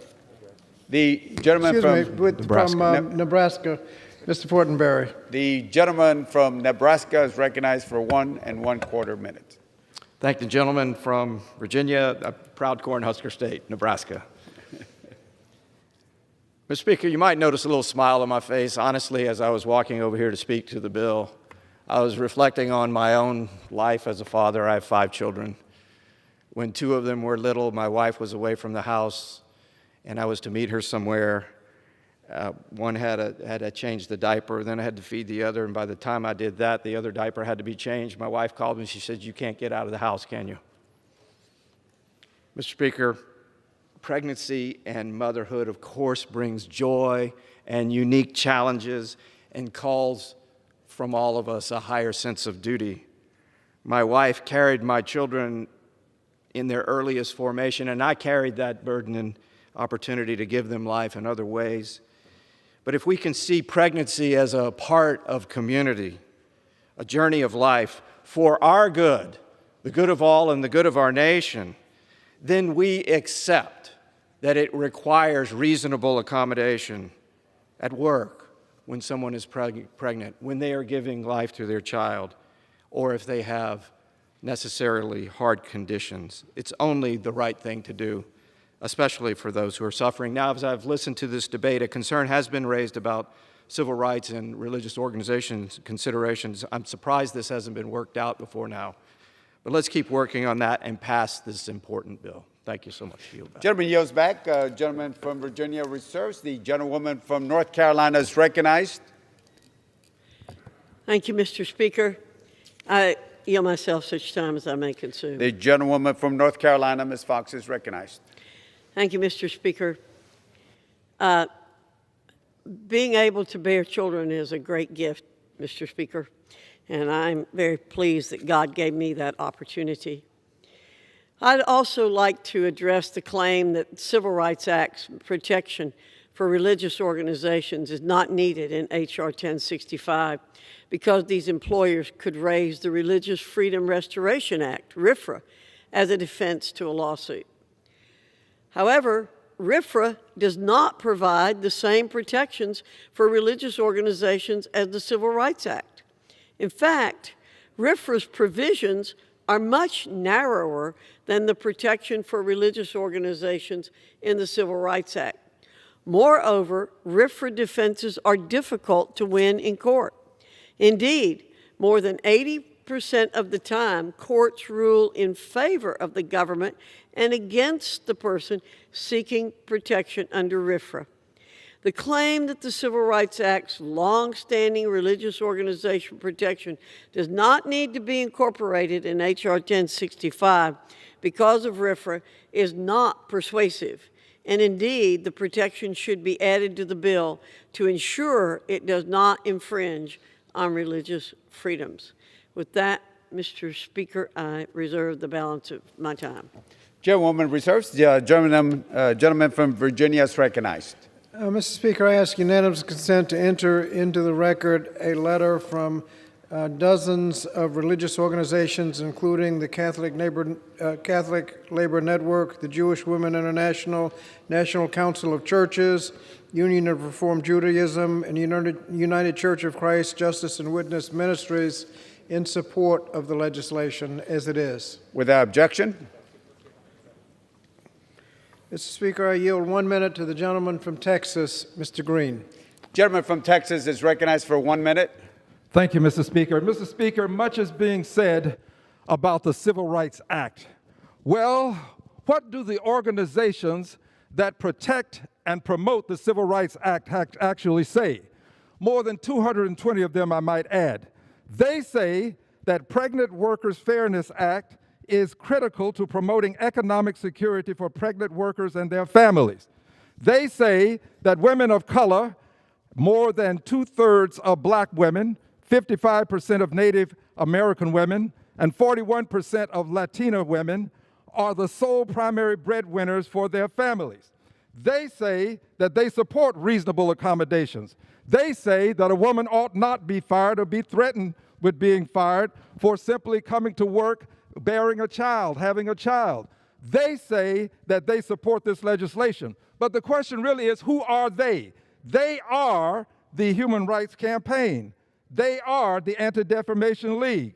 They are the League of Lawyers. They are the NAACP. They are the American Civil Liberties Union. They are the AFL-CIO, and they are for this legislation. I yield back the balance of my time. Gentleman yields back. Gentleman from Virginia reserves. The gentlewoman from North Carolina is recognized. Thank you, Mr. Speaker. I'll reserve. Gentleman reserves. Gentleman from Virginia is recognized. Yes, Mr. Speaker, could you advise how much time is still available on both sides? Has 7.5 minutes. Gentlewoman has 12.5 minutes. Thank you, Mr. Speaker. Mr. Speaker, I yield 1 minute to the Majority Leader of the United States House of Representatives, gentleman from Maryland, Mr. Hoyer. The gentleman from Maryland is recognized for 1 minute. Thank you very much, Mr. Speaker. I would say, in response to Mr. Green's passionate speech, me too. I rise in strong support of this bill and am proud to bring it to the floor for consideration, Mr. Speaker. I appreciate Chairman Nadler's leadership in sponsoring it and shepherding it through the committee. I want to thank Chairman Scott as well for his efforts on behalf of this very important piece of legislation. America still has a long way to go when it comes to making our economy work for women and mothers. We've seen that dramatically during COVID-19. Too often, women are pressured to leave the workforce when they start a family. Women should not face discrimination or adverse actions as a result of pregnancy. I think everybody would, I hope, agree with that. This legislation would prevent that from happening by requiring employers, Mr. Speaker, to make reasonable accommodations so that pregnant workers can remain on the job earning their incomes. Now, I know a thing or two about reasonable accommodations, frankly, as the principal sponsor of the Americans with Disabilities Act, signed by President Bush on July 26, 1990. When I sponsored the bill, more than 30 years ago, that legislation incorporated the concept of reasonable workplace accommodations, in that case for employees with disabilities. Pregnancy, of course, is not a disability. It is a joy. But there are certainly dangers faced by pregnant workers that could threaten the health of the woman and her unborn child, including heavy lifting and exposure to toxic substances. That's why it is essential for pregnant workers to receive reasonable accommodations that protect their safety in the workplace without being demoted or losing their jobs. And, of course, to protect the rights and safety of their babies. Protecting the rights and safety of pregnant workers in our economy is something Democrats have championed for a very long time, Mr. Speaker. And we passed this legislation last Congress as well. But I hope that this is an issue where Democrats and Republicans, Mr. Fortenberry just spoke very well, can come together in a bipartisan way to protect mothers-to-be and their children. And I hope that the Senate will join the House in adopting these protections, which are so essential at a time when millions of women are eager to rejoin the workforce and continue pursuing careers that bring them and their families opportunity and economic security. I want to thank Chairman Nadler again for his leadership, thank Mr. Scott for his as well, and urge a yes vote on this legislation. I yield back. And from Maryland yields back. A gentleman from Virginia reserves. The gentlewoman from North Carolina is recognized. I will reserve, Mr. Speaker. Gentlewoman reserves. Gentleman from Virginia is recognized. Thank you, Mr. Speaker. Mr. Speaker, I yield 1 minute to the gentleman from Tennessee, the chair of the Subcommittee on the Constitution and Civil Liberties on the Judiciary Committee, Mr. Cohen. Gentleman from Tennessee is recognized for 1 minute. Thank you, Mr. Speaker. I rise today in strong support of the Pregnant Workers Fairness Act. This meaningful legislation will protect pregnant workers who have suffered because of insufficient workplace protections. A story far too familiar to people in my district in Memphis, Tennessee. In 2018, I was shocked to read of the disturbing workplace abuses in an XPO logistics warehouse in Memphis, which was reported in the New York Times. Warehouse workers were denied minor and reasonable accommodations like less taxing workloads and shortened work shifts. These were pregnant workers. As a result, several women suffered miscarriages, some of which happened while they were still on the warehouse floor. I, along with Congressman Lauro and 97 of my colleagues, wrote to Education and Labor Committee to urge the 115th Congress to take decisive action and consider the Pregnant Women's Fairness Act. I also participated in the Education and Labor Committee's subcommittee hearing on the bill last Congress. Many pregnant workers are being forced to choose between maintaining a healthy pregnancy and losing their jobs at a time when both health care and their economic security are crucial. The Pregnant Workers Fairness Act will ensure that pregnant workers get accommodations when they need them without facing discrimination or retaliation in the workplace by putting in place a clear, explicit pregnancy accommodation framework similar to the accommodation standard that's been in place for decades. I'd urge passage of the bill, and I'd like a UC to introduce the Better Balanced report on the need for this law in spite of because of inaction by the state and the need for the 14th Amendment to be invoked. About 8 states are included here, and with unanimous consent, and Without ask for such objection. to enter into the record. Thank you. Gentleman's time has expired. The gentleman from Virginia is recognized. The gentlewoman from North Carolina is recognized. Thank you, Mr. Speaker. I'll reserve. Gentleman reserves. The gentleman from Virginia is recognized. Mr. Speaker, how much time do I have remaining? The gentleman has 5.5 minutes. Thank you. I yield myself. And the gentlewoman has 12.5 minutes. I yield myself 4.5 minutes. Gentleman's recognized for 4.5 minutes. Thank you, Mr. Speaker. Mr. Speaker, the Pregnant Workers Fairness Act is based on the simple idea that no one in this country should have to choose between financial security and a healthy pregnancy. This concept of fairness for pregnant workers is precisely why both Democrats and Republicans came together to pass the Pregnant Workers Fairness Act in the last Congress. So let's be clear. Reasonable protections for workers are nothing new in our nation's workplaces. Employers already have several decades of experience providing reasonable accommodations for workers with disabilities under the Americans with Disabilities Act. And we have heard about the fact that it doesn't include a religious exemption. Well, it does. The Religious Freedom Restoration Act still applies. The First Amendment still applies, but there is no reason to give a wholesale exemption to religious organizations because what are you exempting them from? Exempting them from providing water for pregnant workers, giving a bathroom break to a pregnant worker, is that what they need an exemption from? No, we need to make sure that those accommodations are available to all pregnant women who are working in organizations with at least 15 workers. In guaranteeing protections for pregnant workers in federal law, by doing that, this bill will eliminate the confusing patchwork of state and local workplace standards that workers and employers are currently forced to navigate. This legislation has broad support across the political spectrum and our communities. In a recent nationwide survey, 89% of voters said they support the Pregnant Workers Fairness Act. Labor unions, civil rights groups, have we've heard, and the business community, including the Chamber of Commerce, have all endorsed this proposal as it is. It is imperative that we finally guarantee pregnant workers access to reasonable workplace accommodations. So, Mr. Speaker, I ask unanimous consent to enter into the record a letter signed by over 250 organizations in support of H.R. 1065, the Pregnant Workers Fairness Act. And lastly, I want to thank Chairman Nadler and Congressman Katko for their leadership on this important legislation.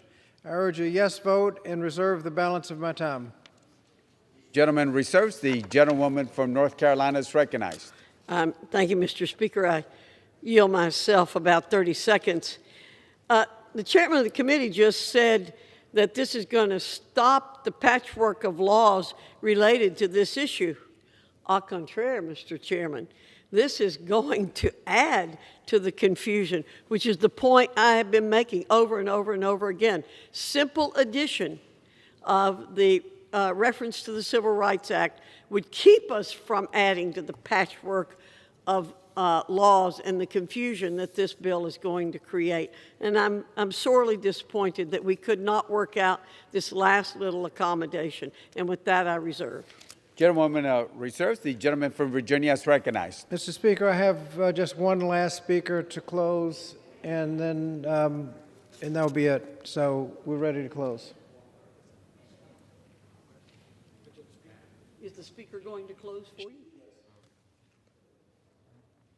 Gentlewoman from North Carolina is recognized.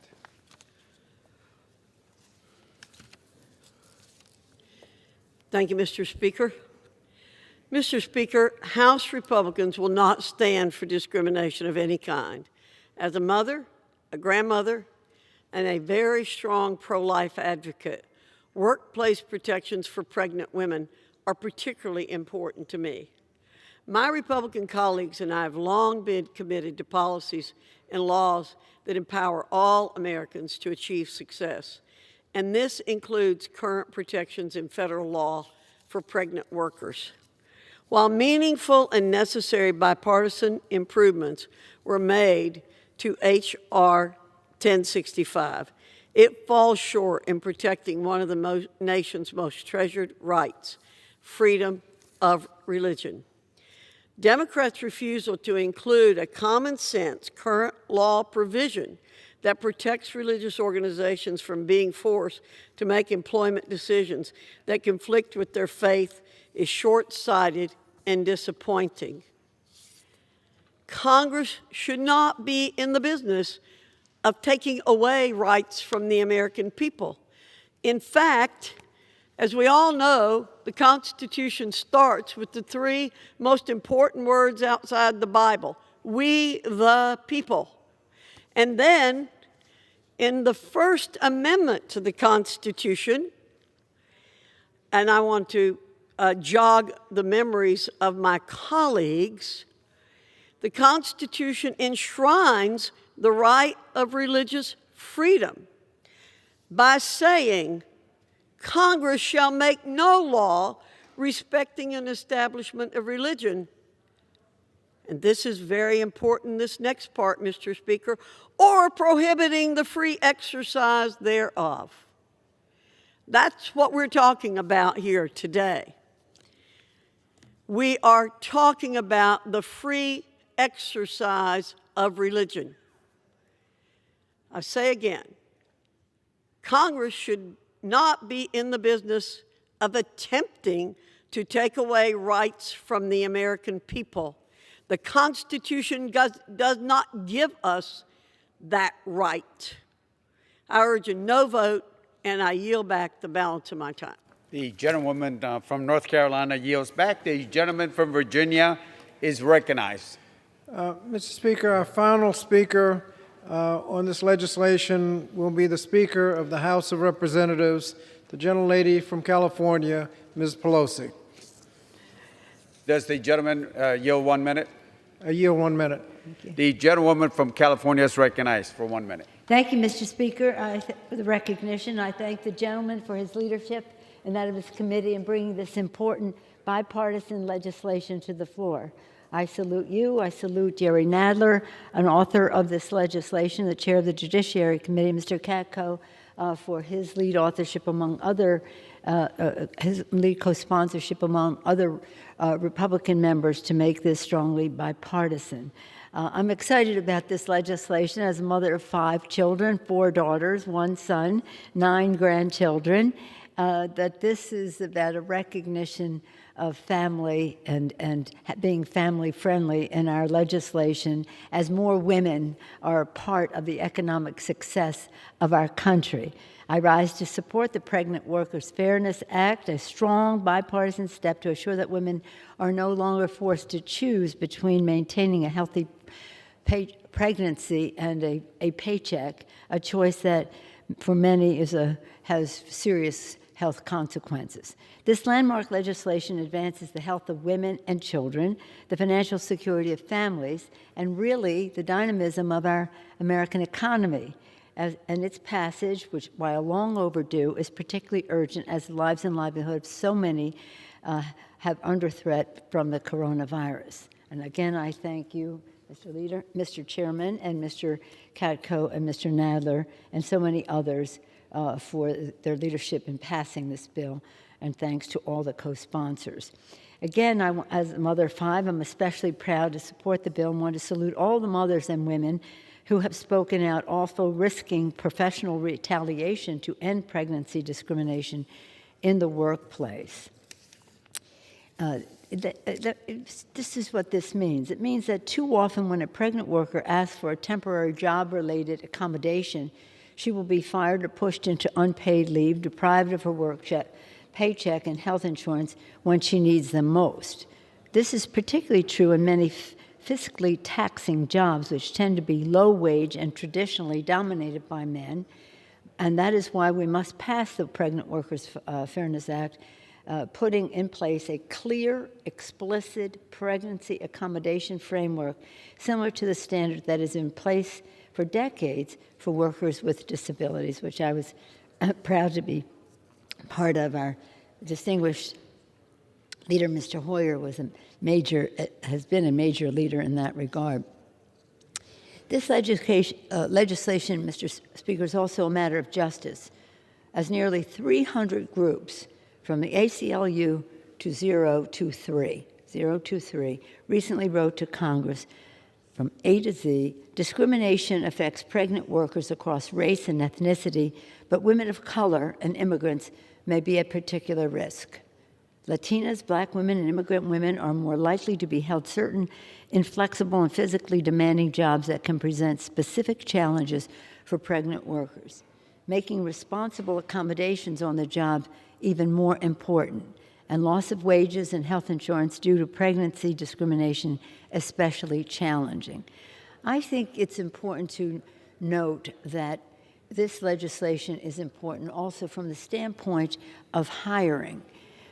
We want to make sure that that employers who are hiring someone know there's a level playing field should the woman be of childbearing age or even already blessed with a pregnancy, that this is a positive initiative for their workplace, and they're treating that person with respect, is not placing that at any disadvantage if the playing field is level.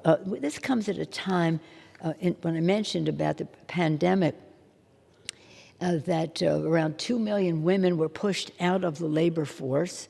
one out of 4 women report they're still worse off financially than a year ago. Studies show that it'll take 18 months longer for the women's employment to rebound from the pandemic than for men's, and the reduction of women's work hours and labor force participation is set to erase tens of billions of dollars from our economy. American women are part of the engine of America's economy and a key to building back better on this after this crisis. And again, as we all say, when women succeed, America succeeds.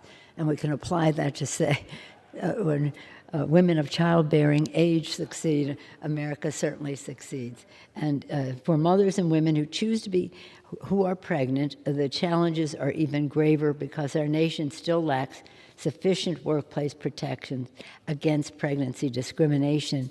And that is why this legislation is so very important and is consistent with what we pledge to liberty and justice for all women. And with that, I'm very excited about this because, as we all know, pregnancy is a blessing to any family, and we do not want any intervention that can be avoided in terms of accommodating the needs of women who are pregnant. With that, again, I salute all of you. I'm very excited about this legislation and so glad it will have strong bipartisan support. Thank you, Mr. Speaker. Gentlewoman yields back. Pursuant to House Resolution, does the gentleman from Virginia yield? I yield back the balance of the time. Gentleman yields. Pursuant to House Resolution 380, the previous question is ordered on the bill as amended. The question is on the engrossment in the third reading of the bill. Those in favor say aye. Those opposed say no. The ayes have it. Third reading.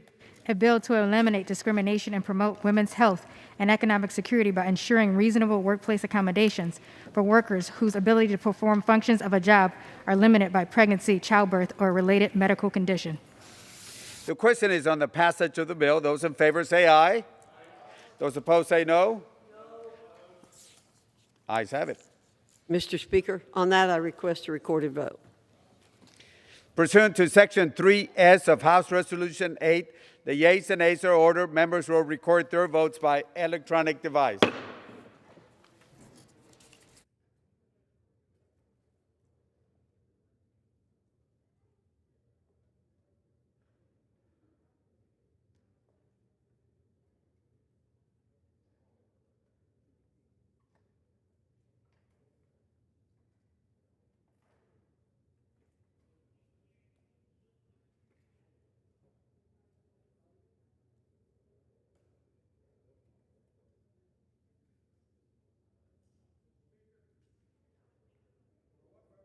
For what purpose does the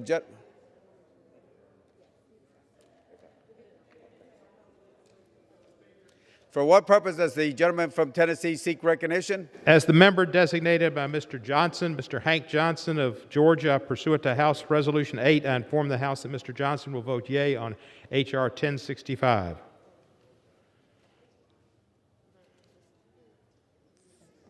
Further business not.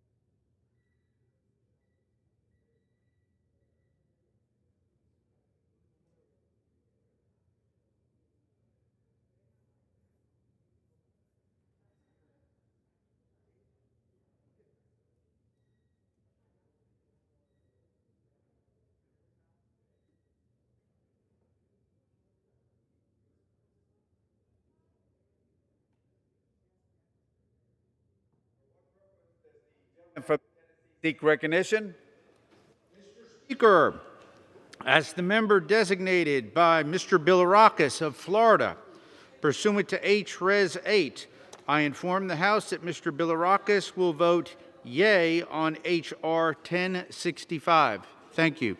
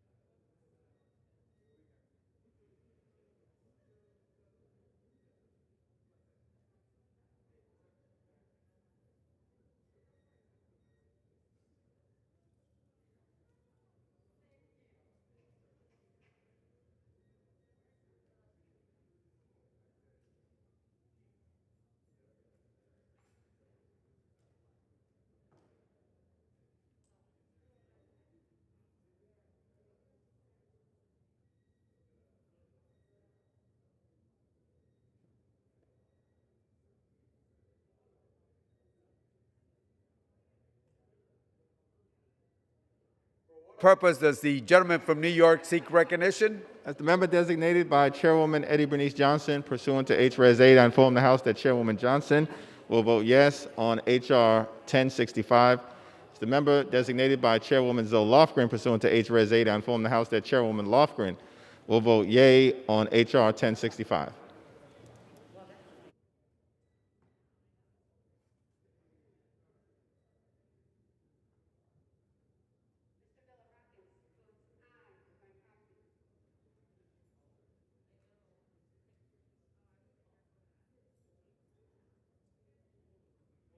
Does the gentleman from Virginia seek recognition? Mr. Speaker, as the member designated by Ms. Moore, pursuant to H.R. 8, I inform the House Ms. Moore will vote yes on H.R. 1065. As the member designated by Mr. Liu, pursuant to H.R. 8, I inform the House Mr. Liu will vote yes on H.R. 1065. And as the member designated by Mr. Lowenthal, pursuant to H.R. 8, I inform the House Mr. Lowenthal will vote yes on H.R. 1065.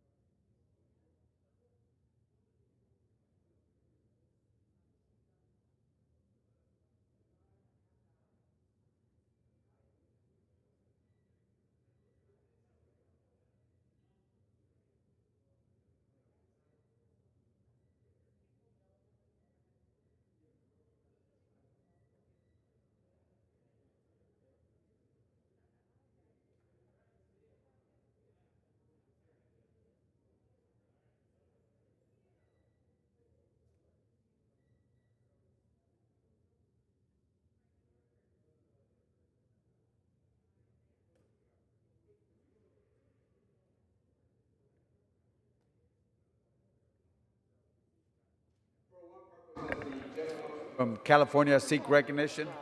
Mr. Speaker, as the member designated by Ms. Napolitano pursuant to House Resolution 8, I inform the House that Ms. Napolitano will vote yay on H.R. 1065.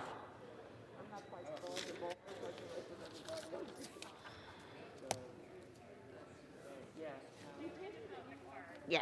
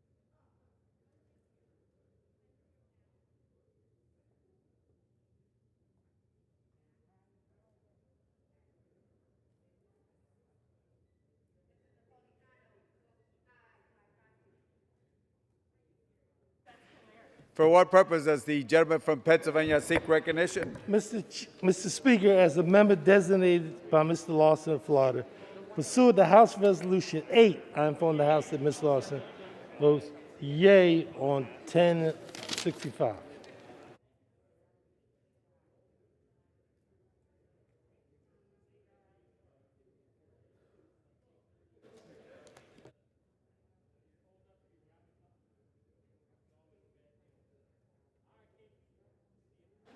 For what purpose does the gentleman from California seek recognition?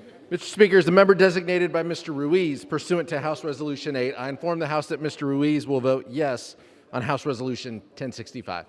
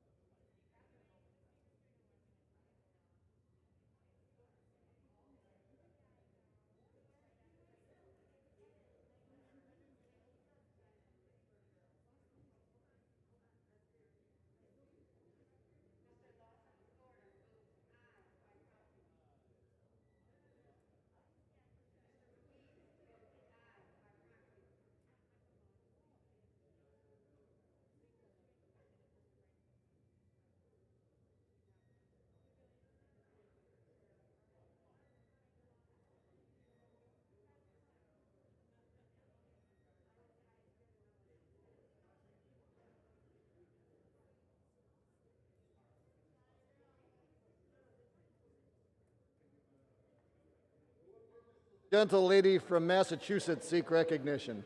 As the member designated by Ms. Meng pursuant to H.Res. 8, I inform the House that Ms. Meng will vote yes on H.R. 1065.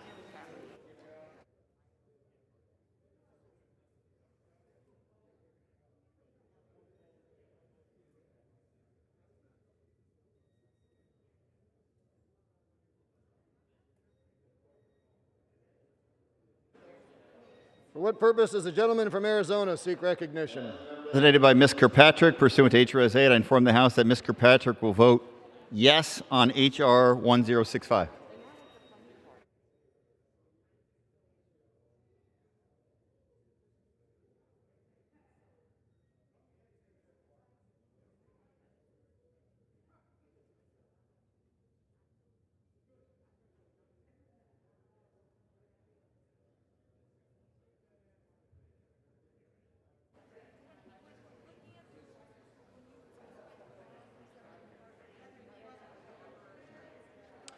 For what purpose does the gentleman from Illinois seek recognition?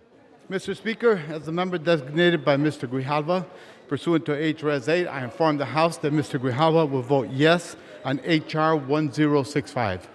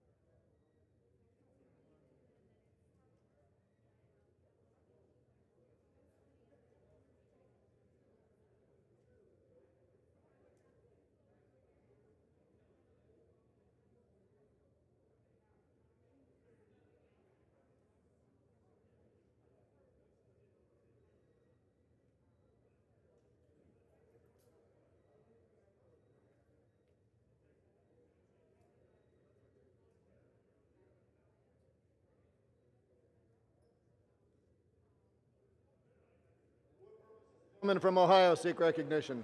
Mr. Speaker, as the member designated by Mr. Timmons from South Carolina, pursuant to H-Res 8, I inform the House that Mr. Timmons will vote nay on H.R. 1065.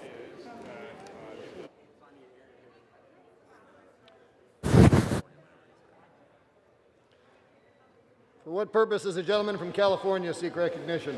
Mr. Speaker, as a member designated by Mr. Huffman pursuant to H-Res 8, I inform the House that Mr. Huffman will vote yes on H.R. 1065.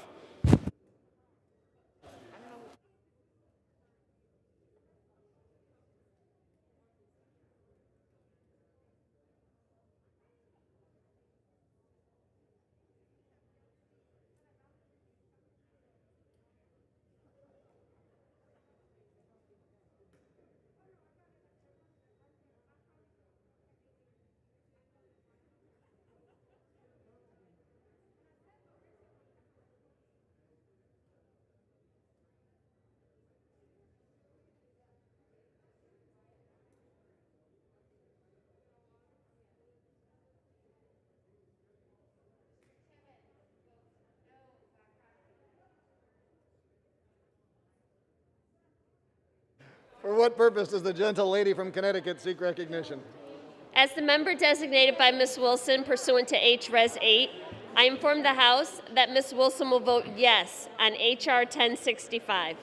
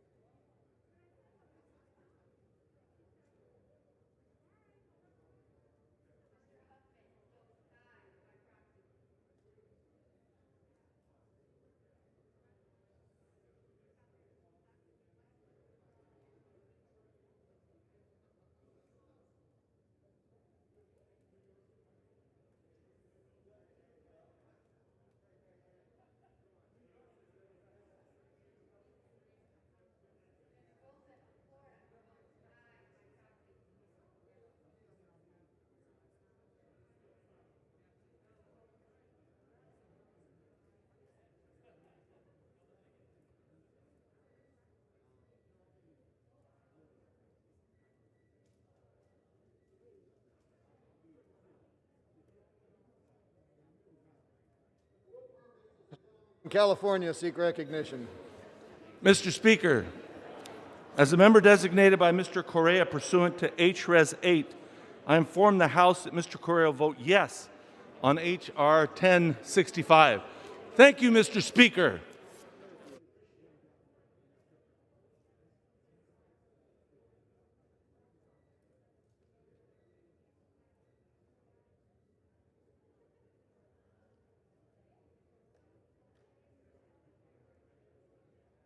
For what purpose does the gentleman from New Jersey seek recognition?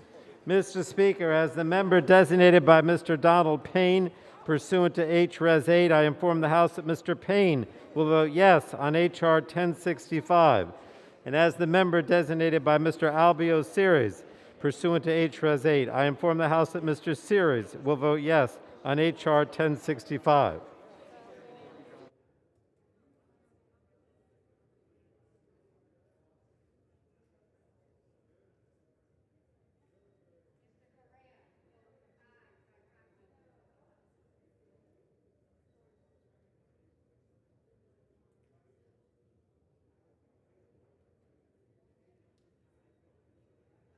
For what purpose does the gentle lady from Washington seek recognition? For what purpose does the gentle lady from Washington seek recognition? Mr. Speaker, as the member designated by Ms. Sewell pursuant to H-Res 8, I inform the House that Ms. Sewell will vote yes on H.R. 1065. And as the member designated by Ms. Strickland pursuant to H-Res 8, I inform the House that Ms. Strickland will vote yes on H.R. 1065.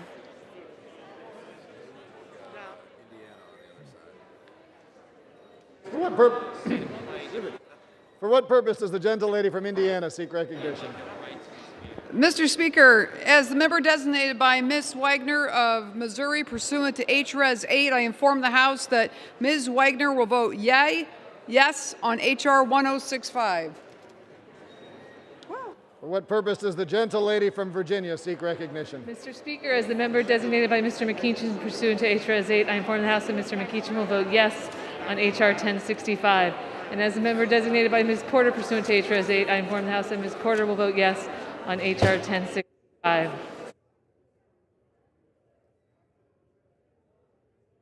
For what purpose does the gentleman from Massachusetts seek recognition? Is the member designated by Mr. Welsh of Vermont pursuant to HRES 8, I inform the House that Mr. Welsh will vote yes on HR 1065.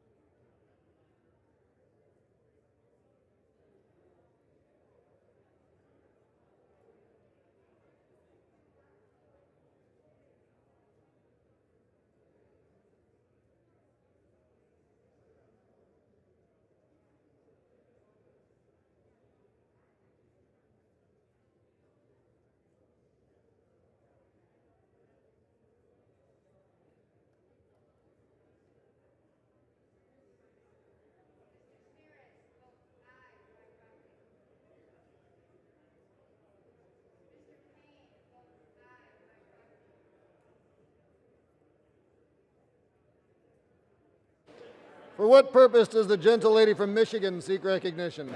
Mr. Speaker, as the member designated by Mr. Allred pursuant to HRES 8, I inform the House that Mr. Allred will vote yes on HR 1065. As the member designated by Ms. Slotkin pursuant to HRES 8, I inform the House that Ms. Slotkin will vote yes on HR 1065.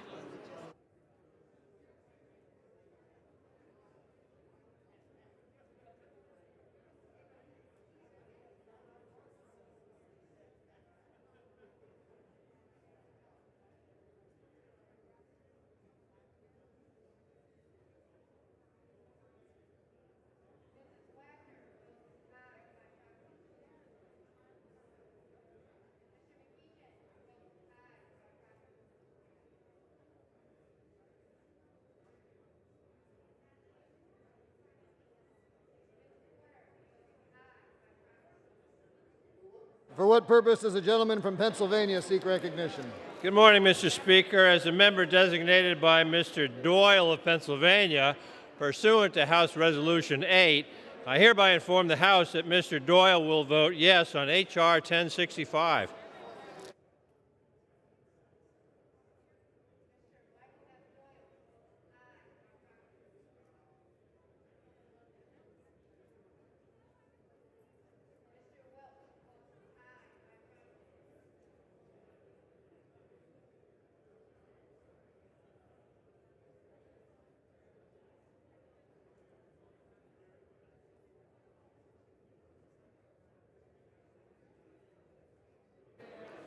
For what purpose does the gentleman from Maryland seek recognition?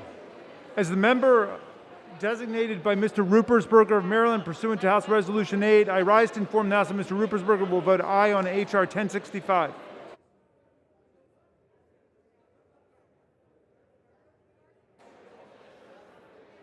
For what purpose does the gentle lady from Illinois seek recognition? As a member designated by Mr. Rush pursuant to HRES 8, I inform the House that Mr. Rush will vote yes on H.R. 1065.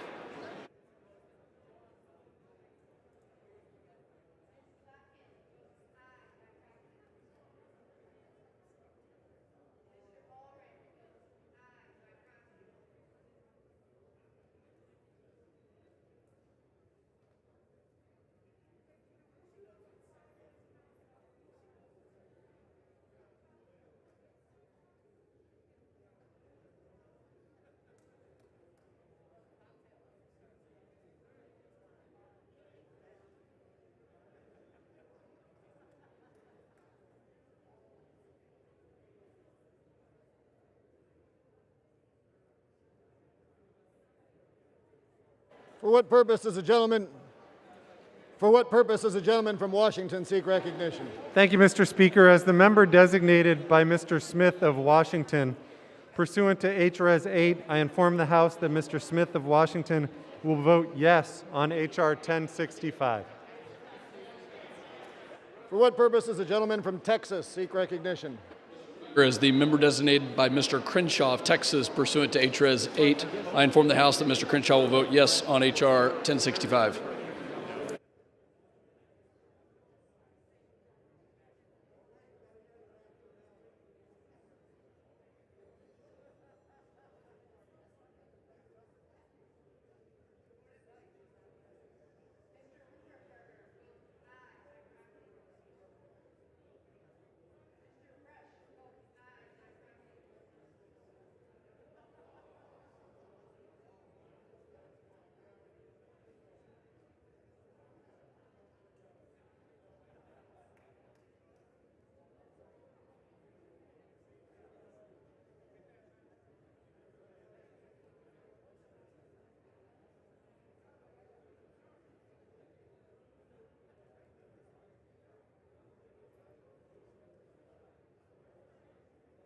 Purpose does the gentlelady from California seek recognition? As the member designated by Ms. Norma Torres pursuant to House Resolution 8, I inform the House that Ms. Norma Torres will vote yes on H.R. 1065.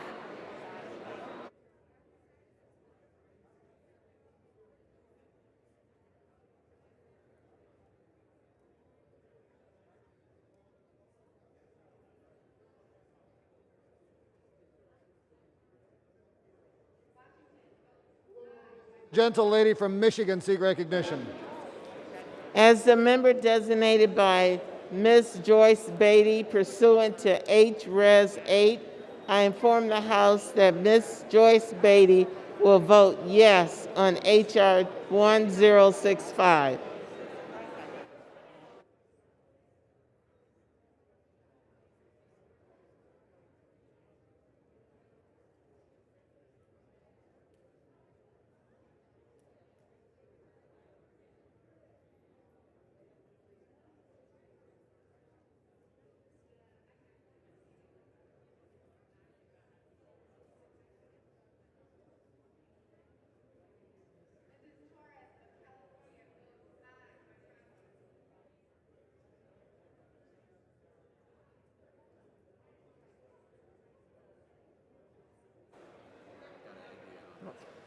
For what purpose does the gentleman from Indiana seek recognition? Member designated by Mr. McHenry of North Carolina pursuant to H.Res. 8, I inform the House that Mr. McHenry will vote no on H.R. 1065.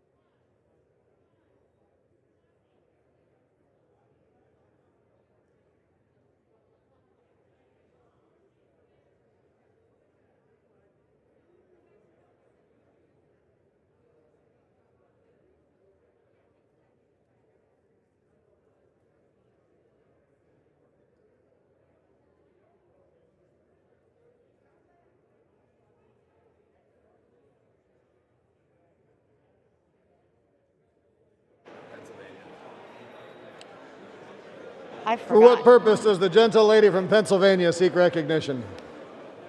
As the member designated by Ms. Spear pursuant to H-Res 8, I inform the House that Ms. Spear will vote yes on H.R. 1065.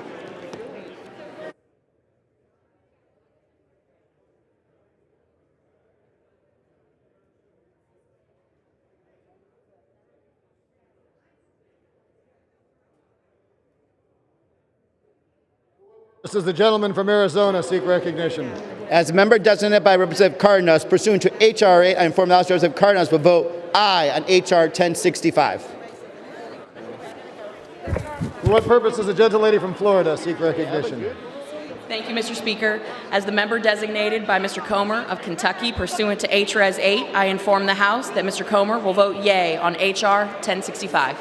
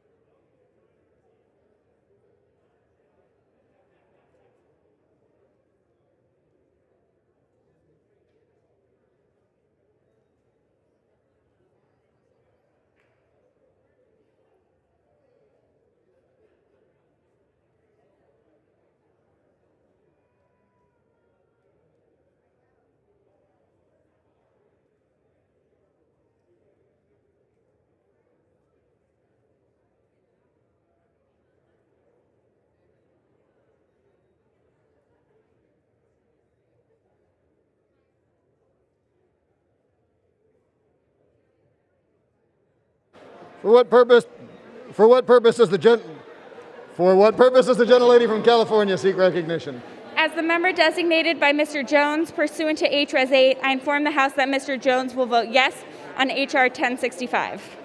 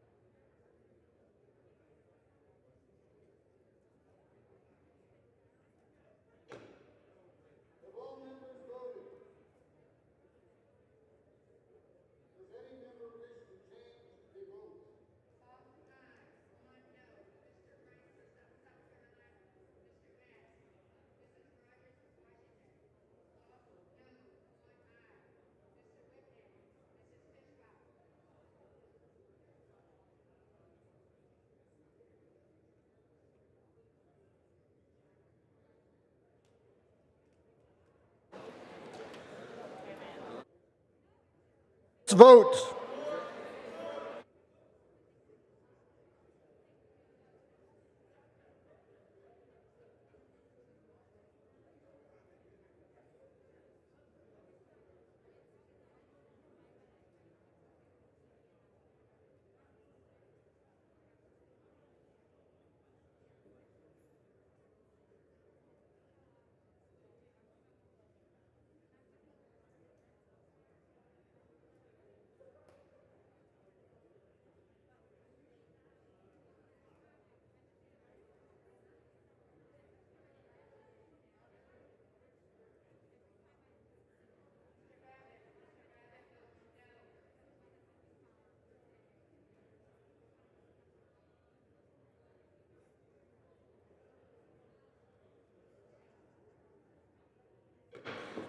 On this vote, the yeas are 315 and the nays are 101.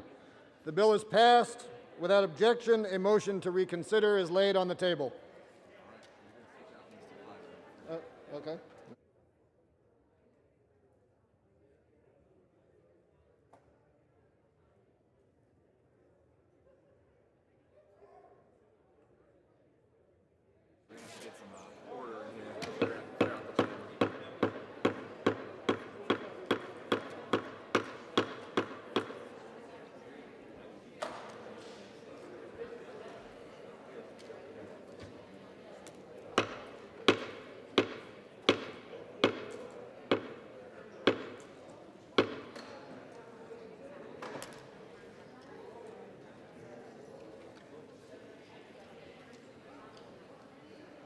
I recognize.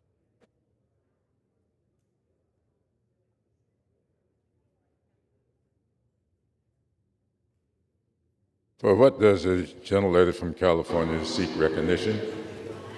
Mr. Speaker, it is with great pride and some emotion that I rise to honor an outstanding and long-standing member of my staff who has been a pillar of my office for nearly 15 years, my senior advisor and director of member services, Michael Long.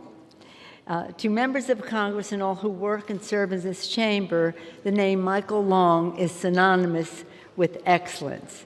Michael is a coalition builder and a communicator, a liaison and a leader with extraordinary... Will the gentlelady cease for a moment?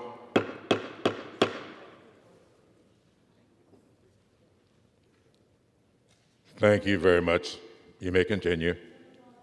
Michael is a coalition builder and communicator, a liaison and a leader with an extraordinary talent for forging, enduring, effective connections both within and outside the Capitol.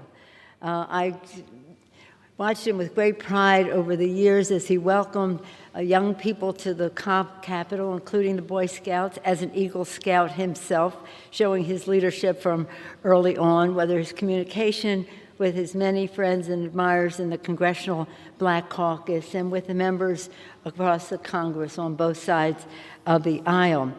We all know and are grateful for his unwavering patience and perseverance and his remarkable ability to anticipate and meet the needs of members. Michael comes from a family that is committed to civil rights movement. He has it in his DNA, although he's younger than the movement.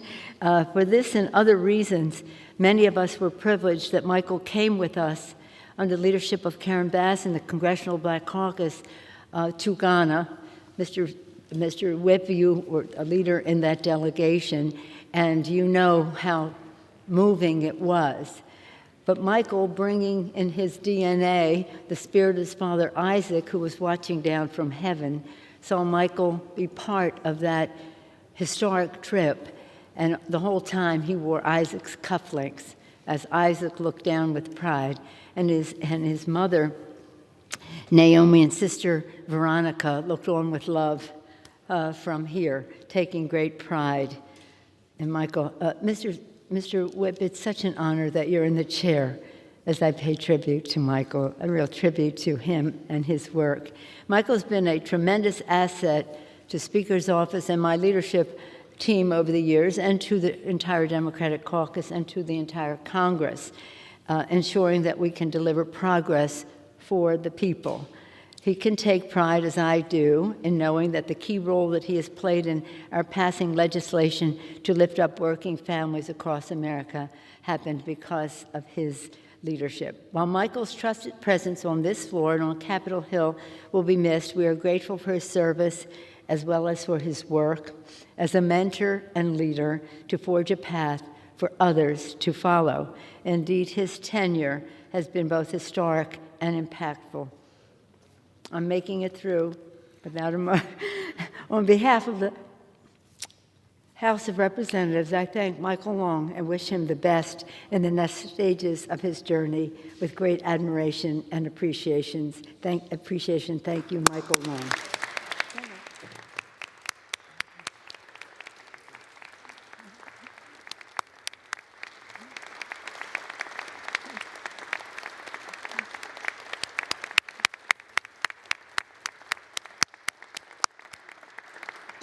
Thank you, Mr. Speaker. I yield back the balance of my time. Thank you. The gentlelady yields back.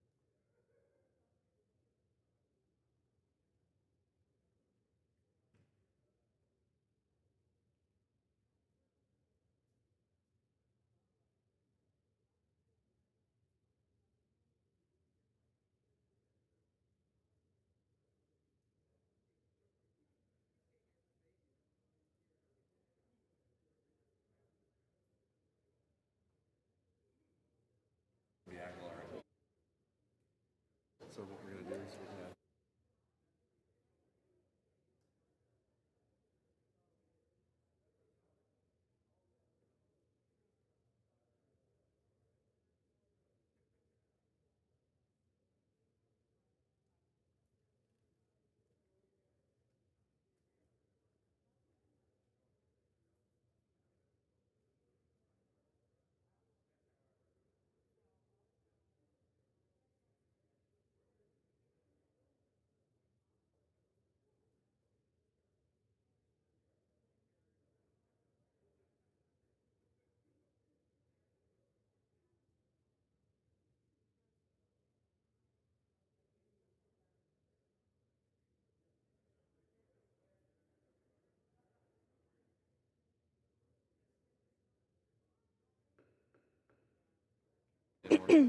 The House will be in order.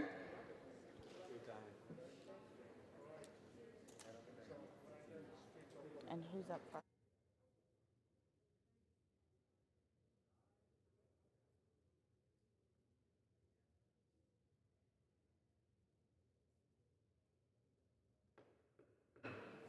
The House will be in order.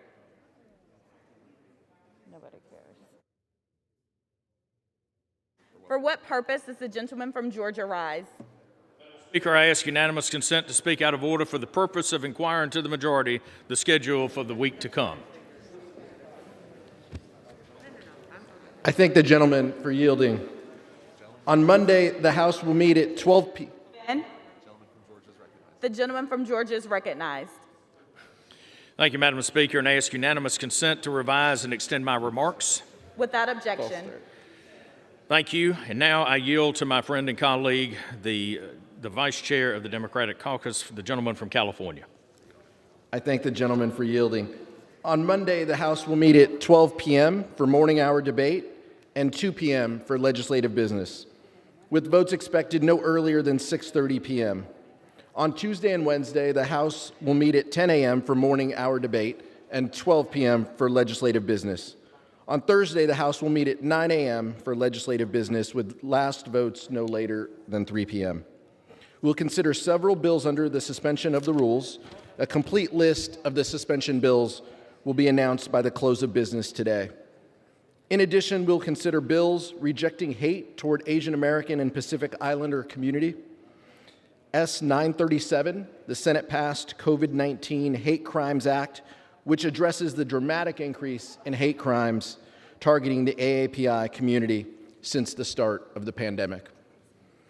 House Resolution 275, a resolution condemning the horrific shootings in Atlanta, Georgia on March 16, 2021, and reaffirming the House of Representatives' commitment to combating hate, bigotry, and violence against the AAPI community. We will also consider H.R. 1629, the Fairness in Orphan Drug Exclusivity Act, which closes the loophole that blocks pharmaceutical competition and prevents innovative treatments for opioid use disorder from coming to market and would help millions of Americans suffering from opioid addiction. Next week, the House will also consider the Emergency Security Supplemental to respond to the January 6th Appropriations Act of 2021, which addresses enhanced security needs for the Capitol complex, and House Resolution 3233, the National Commission to investigate the January 6th attack on the United States Capitol complex, which establishes a commission to investigate the insurrection at the Capitol on January 6th. This is bipartisan legislation. I want to thank Chairman Thompson and Ranking Member Katko for their leadership in announcing this bill, and I hope that it will have broad bipartisan support next week. With that, I'll yield to the gentleman from Georgia. I want to thank the majority for those remarks and the schedule. I also want to take a minute to thank the leader and others over there for helping pass H.R. 2877, the Behavioral Intervention Guidelines Act. It's a really good bill that that will go a long way in supporting school safety.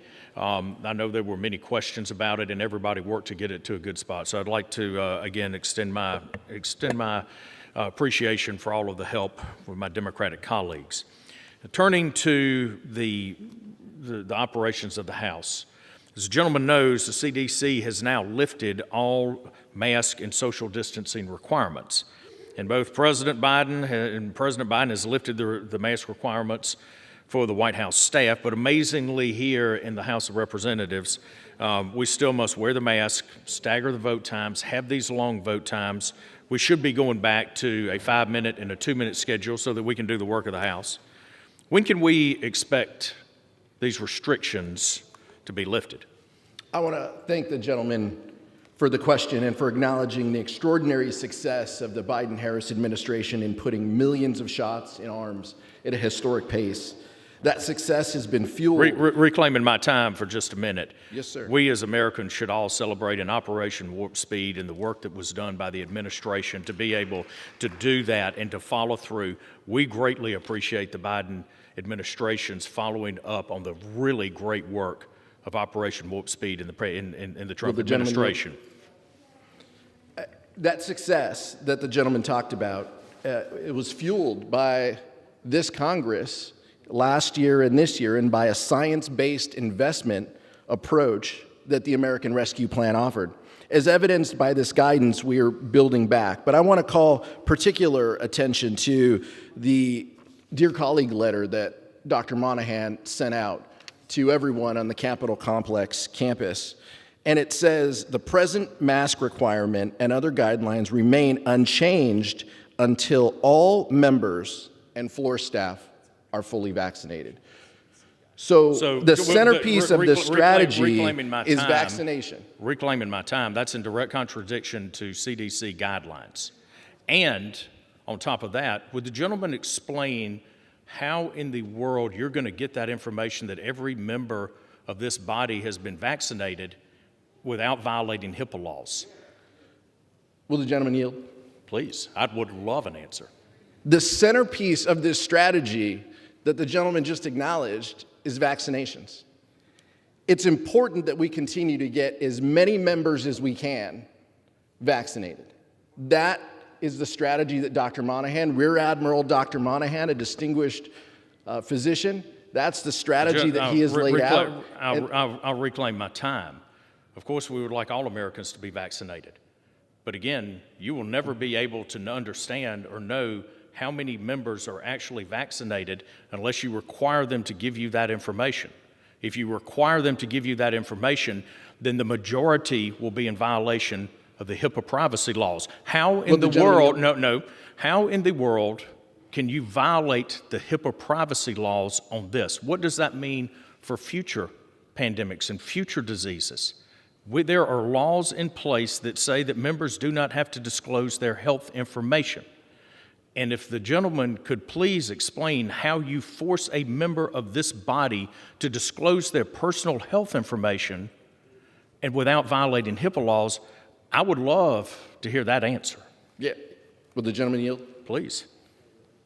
The cornerstone of this strategy is vaccinations. And what the gentleman's asking is an important question.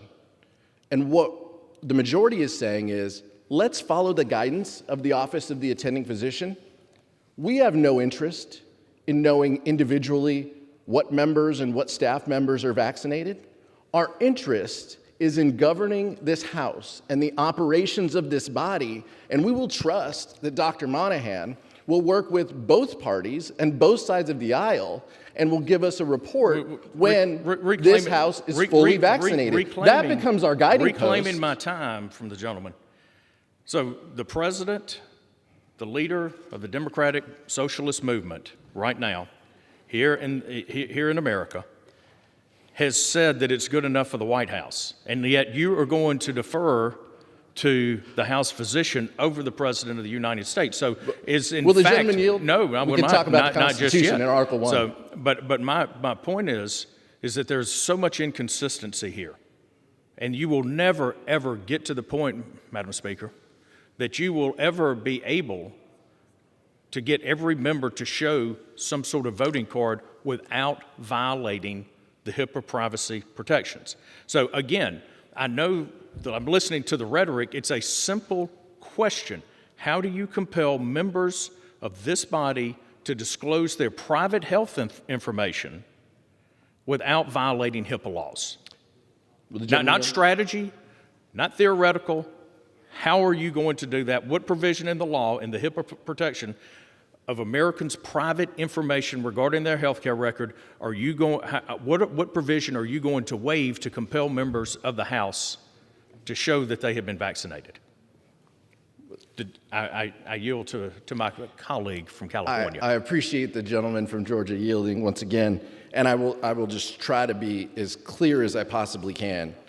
We will follow the guidance of the Office of Attending Physician, a decorated Rear Admiral who is helping with the Sergeant at Arms to govern the Capitol complex. As the CDC guidelines mentions, and I'm sure my colleague has read the full CDC guidance, which specifically says government buildings and local governments and state governments may make separate. I'll wrap this topic up with a couple of observations. Our colleagues across on the other side of the building are certainly following different guidelines than we are here. And I think it's important to note that you're undermining, and what the majority is doing here is that they are undermining the vaccination program. They're committing public health malpractice by saying if you get the vaccine, it doesn't work. What's the incentive to do this? Will the gentleman yield? No, I'm going to move on to the next topic. I believe we have beat this dead horse enough, and there is no answer to how you would. The gentleman knows I'm happy to talk about HIPAA and your role with it. Please. So what I would say is the CDC guidelines, is my colleague in Georgia understands, specifically mentions workplaces can set their own guidelines. We are following workplace guidance given by the Office of the Attending Physician and the Sergeant at Arms. Those are the processes that govern this body, whether Democrats are in control or Republicans are in control. We should be guided by public health guidance. So that's exactly what we're doing here. And I just want to make sure that the public understands. Could the gentleman answer one question? Is President Biden wrong, or is Dr. Moynihan wrong? Well, I appreciate the question, because as the gentleman knows, we're a co-equal branch of government here. in the Capitol, and so I appreciate his love of the executive branch of government. I really do. However, we are governed by different rules. As a co-equal branch of government, we should. And I will say this before we move on to the next topic. It does appear that many of us are governed by different rules along the way. So let's move on to one final thing. As you know, this has been Police Reform Week. I was happy to see that President Biden had set the deadline for May 25th to sign a police reform bill. I was also extremely happy to see that Democrat leadership has dropped its request to eliminate qualified immunity. I thought that was a very strong statement and very positive. And as the majority whip said on May the 9th, I know what the perfect bill will be. We have proposed that, and I want to see good legislation. I know that sometimes you have to compromise, and if we don't get qualified immunity now, we can come back and try to get it later. But I don't want to see us throw out a good bill because we can't get a perfect bill, good legislative action. Now, in order to get this bill done by the 25th, that's a fairly short timeline. I know that Representative Pete Stauber has a bill ready to go, a really good bill that addresses the things that in a very bipartisan way that I think we would like to see. Do you anticipate, based on the schedule that you laid out, do you anticipate that the majority would take up Mr. Stauber's bill so that we can meet President Biden's deadline of May the 25th? The gentleman yield. Please. I appreciate the question, and this is such a timely and important topic that the country needs to address. And I'm incredibly pleased with the bipartisan success that the negotiations have led to date. And as the gentleman knows, those conversations continue to be ongoing, but the majority believes that those conversations are progressing in a way that is helpful toward addressing this issue. I think both sides realize, and I hope the minority realizes, the importance of making changes to protect our communities. I know the gentleman is a former mayor, as I am as well, and so we've dealt with a lot of these issues at the local level. And so what I would say is Senator Scott, Mr. Stauber, Congressman Stauber, and Congresswoman Karen Bass have been engaged in this discussion. We want to give them the latitude and the flexibility to continue those discussions. I wouldn't agree with the characterization that the gentleman from Georgia made about where the negotiations are, but I can tell you that we are committed to seeing this done. We are committed to getting this done and putting a bill on the floor that will have strong bipartisan reclaiming success. my time, then I implore the majority to put Mr. Stauber and Mr. Scott's bill onto the floor as soon as possible so that we can reach a bipartisan vote and consensus on this. And I just want to make one other observation here. Now that knowing that it is Police Week, we've got men and women around this country.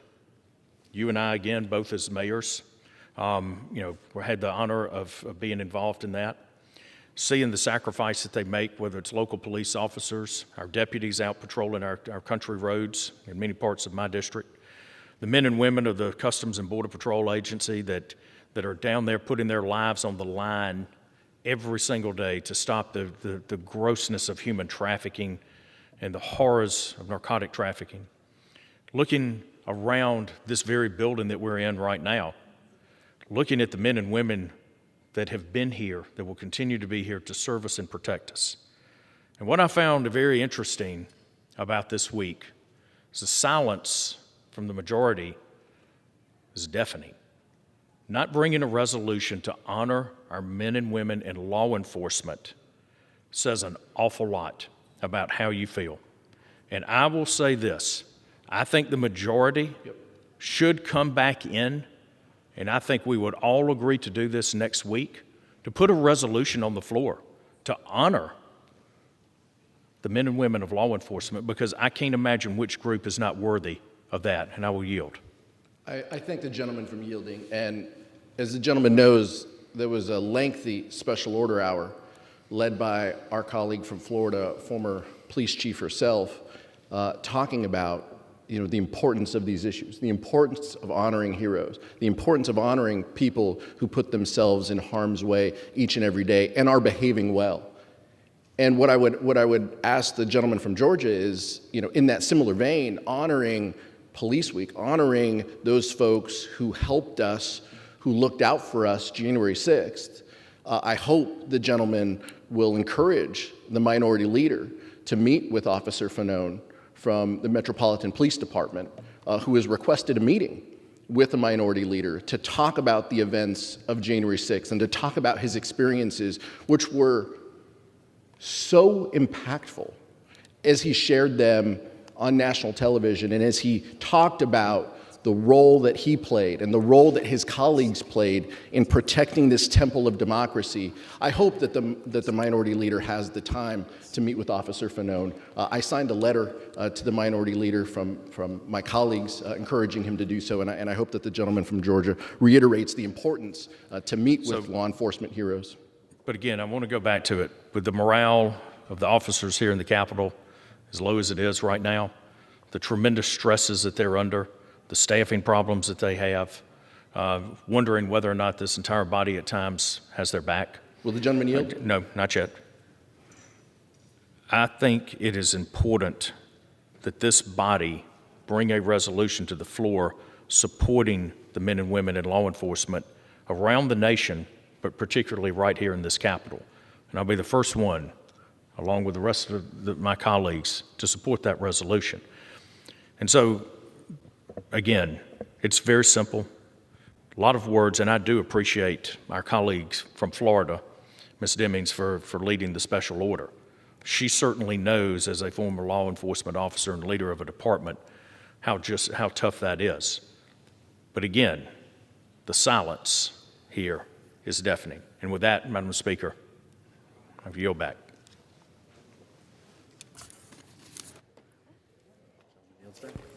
The gentleman yields back.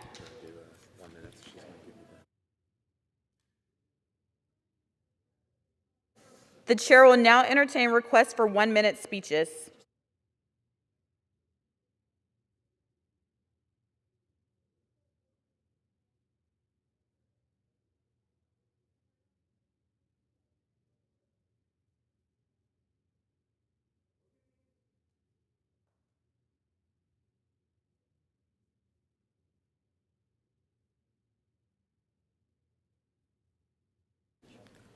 For what purpose does the gentleman from California seek recognition? Madam Speaker, I ask unanimous consent to address the House for 1 minute and to advise and extend my remarks. Without objection, the gentleman is recognized for 1 minute. Madam Speaker, I rise today to talk about the devastating effects of the climate change in California and obviously throughout the country. Following one of the driest years on record, the state is facing yet another water crisis. This week, Governor Newsom declared a drought state of emergency for the majority of California, a declaration which has become, sadly, all too common in the last decade. The availability of clean, reliable water supply forms the foundation of the economy of not only all of California, but home to the San Joaquin Valley that I proudly represent. Our farmers feed the world, and they can't do it without a reliable water supply. We like to say where water flows, food grows. We must use every tool in the water toolbox to find new ways to store water for agriculture and deliver water, clean drinking water for our communities. I've introduced legislation to help build on my previous efforts to build additional water resiliency by providing funding needed to repair our aging water infrastructure, and now this is the year. I will continue to push for water resources necessary to help California weather the severe impacts of this repeated drought. Has expired. The climate change is real, it's happening now, and the time is to act. Our future depends on it. For what purpose does the gentleman from Arizona seek recognition? Madam Speaker, I ask unanimous consent to speak to the House for 1 minute. Without objection, the gentleman is recognized for 1 minute. Madam Speaker, this week is National Police Week. I rise today to honor the courageous men and women in blue. We know that a single week is simply not enough to recognize the service and sacrifice that police officers and their families make. Thank you for your dedication, and thank you for putting your lives on the line in order to make our communities safer each and every day. Unfortunately, our brave law enforcement officers have come under attack by the liberal media and leftists who dangerously and wrongfully suggest that the answer to all problems is to defund the police. This growing anti-police rhetoric is disgusting. and it threatens the safety and security of communities across America. Members of our law enforcement community regularly face dangerous and demanding circumstances, yet they possess a willingness to set aside their own safety for the sake of others. Let me be perfectly clear. I back the Blue 100%. You have our unwavering support and gratitude. Once again, during National Police Week, thank you for your sacrifices and leadership you provide our communities. May we never forget how appreciated you are every single day. And with that, I yield back. For what purpose does the gentlewoman from New York seek recognition? To address the House for 1 minute and revise and extend my remarks. Without objection, the gentlewoman is recognized for 1 minute. Madam Speaker, I rise in strong support of H.R. 1065, the Pregnant Workers Fairness Act that just passed this House of Representatives. Pregnancy discrimination holds working parents back and threatens financial stability, with women of color being disproportionately harmed by the lack of workplace protections. It's long past time we ensure that every worker is entitled to reasonable accommodations to support a healthy pregnancy. We just celebrated Mother's Day.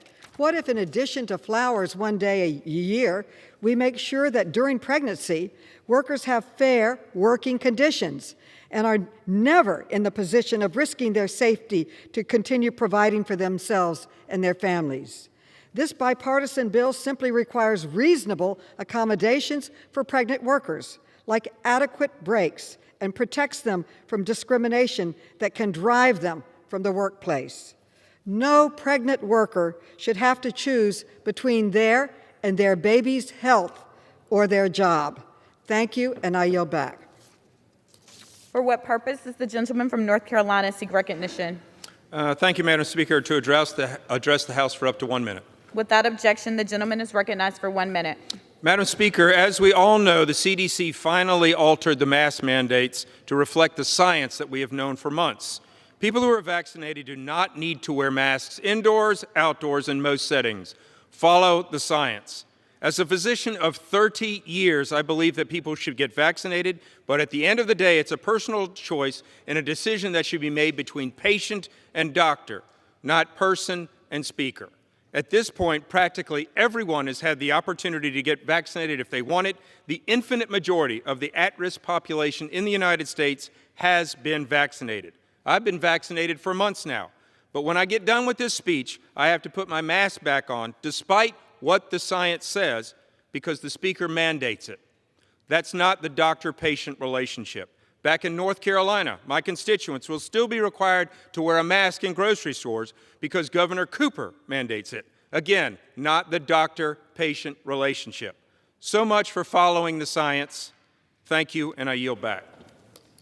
For what purpose does the gentleman from Illinois seek recognition? Seek unanimous consent to address the House for 1 minute. Without objection, the gentleman is recognized for 1 minute. Wildfires, flooding, and superstorms are the most tangible signs of a warming planet, but the climate crisis is not just about weather. It's about wealth. A recent study by Swiss Re found that if we remain on our current trajectory, global GDP will fall by 18% by 2050. Investors understand this. They care about climate change because it is in their economic self-interest. As BlackRock CEO Larry Fink said, climate risk is investment risk. Main Street investors have put $37 trillion, roughly one-third of all assets under management, into climate-focused ESG investments. But unfortunately, our regulation has not kept up with that demand. There is no consistent definition of how to quantify a firm's contribution to or protection from a warming globe. Left to choose from a menu of methodologies, companies often just pick what's most favorable to them. We don't allow companies to pick their own financial accounting standards. Investors are asking us to provide the same consistency for their climate accounting. That's why I introduced the Climate Risk Disclosure Act, which directs the SEC to create consistent mandatory climate reporting standards for all public companies. This will allow companies to compete for capital on a level playing field, The gentleman's time has investors with expired. certainty they need to hedge their financial risk. Yesterday, my bill passed committee and will now come to the floor. The right gentleman's time has time expired. to safeguard our financial system against climate change was decades ago, but our last chance is now. I yield back. For what purpose does the gentleman from Nebraska seek recognition? Madam Speaker, I ask unanimous consent to address the House for 1 minute and to revise and extend my remarks. Without objection, the gentleman is recognized for 1 minute. Thank you so much, Madam Speaker. I wish to congratulate Pastor Mike Marino and the entire congregation of Christ Lutheran Church in Norfolk, Nebraska on their 150th anniversary with a shared mission to share God's word, share God's love, and as they say, do it now. The community of Christ Lutheran Church is a family. And as one member of the congregation said, when one is hurting, all are hurting. When one is joyful, we celebrate together. How beautiful. The church also oversees Christ Lutheran School, educating 225 students, grades K through 8, in an environment that develops a child spiritually and emotionally, physically, socially, to know the personal story and potentiality of each student. Though we have many hardships and challenges in the world today, Madam Speaker, I am quite certain that Christ Lutheran Church and their community will remain a place of solace and hope for those seeking to hear good news. I yield back. For what purpose does the gentlewoman from New York seek recognition? I ask the Speaker for unanimous consent to address the House for 1 minute. Without objection, the gentlewoman is recognized for 1 minute. Madam Speaker, I rise today with profound sadness to mourn the loss and celebrate the life of Ms. Mary Bishop, Director of Constituent Services for the 9th District of New York, and my dear friend. Mary has been with our office and me for more than 15 years. She was extraordinary and compassionate with a heart of gold. She embodied what it meant to be an advocate for the people, and her passing has been felt across our district. On a personal note, I will dearly miss Mary. We celebrated together, laughed together, and shared a passion for the people of the 9th District together. Mary Bishop worked hard, played hard, and was a God-fearing Caribbean-American woman who loved her family immensely. On behalf of the people of the 9th District and the Clark family, I want to extend my thoughts and prayers to the family, loved ones, friends who were touched by the life and legacy of the incomparable Mary Bishop. In closing, when I think of Mary, I'm reminded of Mahalia Jackson's "If I Can Help Somebody." If I can help somebody as I travel along, if I can help someone with a word or a song, if I can help somebody from doing wrong, then my living shall not be in vain. My dear friend, Mary, your living was not in vain. You will be dearly missed. And I yield back. For what purpose does the gentleman from Georgia seek recognition? Madam Speaker, I ask unanimous consent to address the House for 1 minute and revise and extend my remarks. Without objection, the gentleman is recognized for 1 minute. Madam Speaker, I rise today to express my strong support for our vital ally, Israel. The recent rocket attacks launched by Hamas terrorists against innocent Israelis must be unequivocally condemned, and our support for Israel's right to defend herself must be crystal clear. Between President Biden's weak leadership and anti-Semitic comments made by members of this very body, terrorist organizations like Hamas feel that they can get away with attacking our ally. They have emboldened them. The world is watching, and there is no room for silence or appeasement of terrorists. Congress and the Biden administration must immediately reaffirm America's longstanding commitment to Israel and offer any and all support. Mr. President, wake up. There's only one democracy in the Middle East, and we must stand with Israel. And I yield back. For what purpose does the gentleman from Tennessee seek recognition? To address the House for 1 minute and remind the House that we were under attack on January the 6th. Without objection, the gentleman is recognized for 1 minute. Thank you. Earlier this week, a freshman Republican said that January 6th could have been seen as just a typical tourist day in the Capitol. Well, let me tell that gentleman that on typical tourist days in the Capitol, 100 policemen aren't beaten by people who try to enter the Capitol when it's closed to public attendance because of the coronavirus. On typical tourist days, people don't put excrement on the walls of the Capitol of the United States.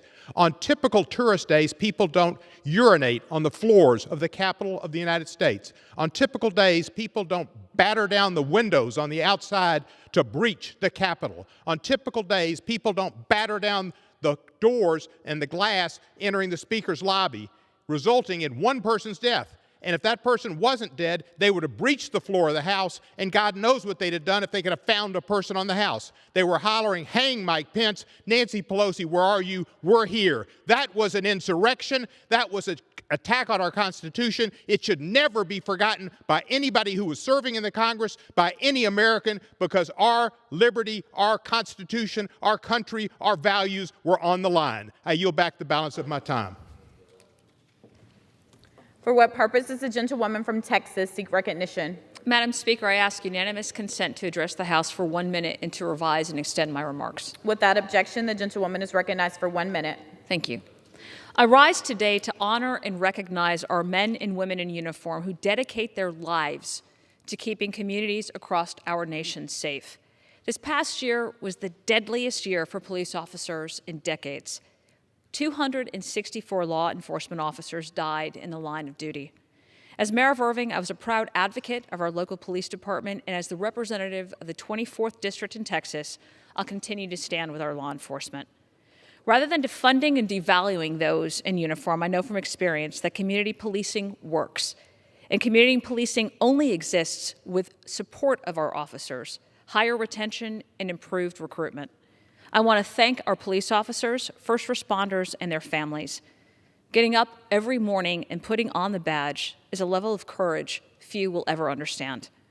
We join you in respecting, honoring, and remembering your fallen brothers and sisters in blue. Thank you. For what purpose does the gentlewoman from Michigan seek recognition? To address the floor for 1 minute and to rise and extend my remarks. Without objection, the gentlewoman is recognized for 1 minute. Thank you, Madam Speaker. As you know, this week honors law enforcement officers who have made the ultimate sacrifice in service to their communities, and it also recognizes their incredible contributions, hard work, dedication, and loyalty of our law enforcement officers.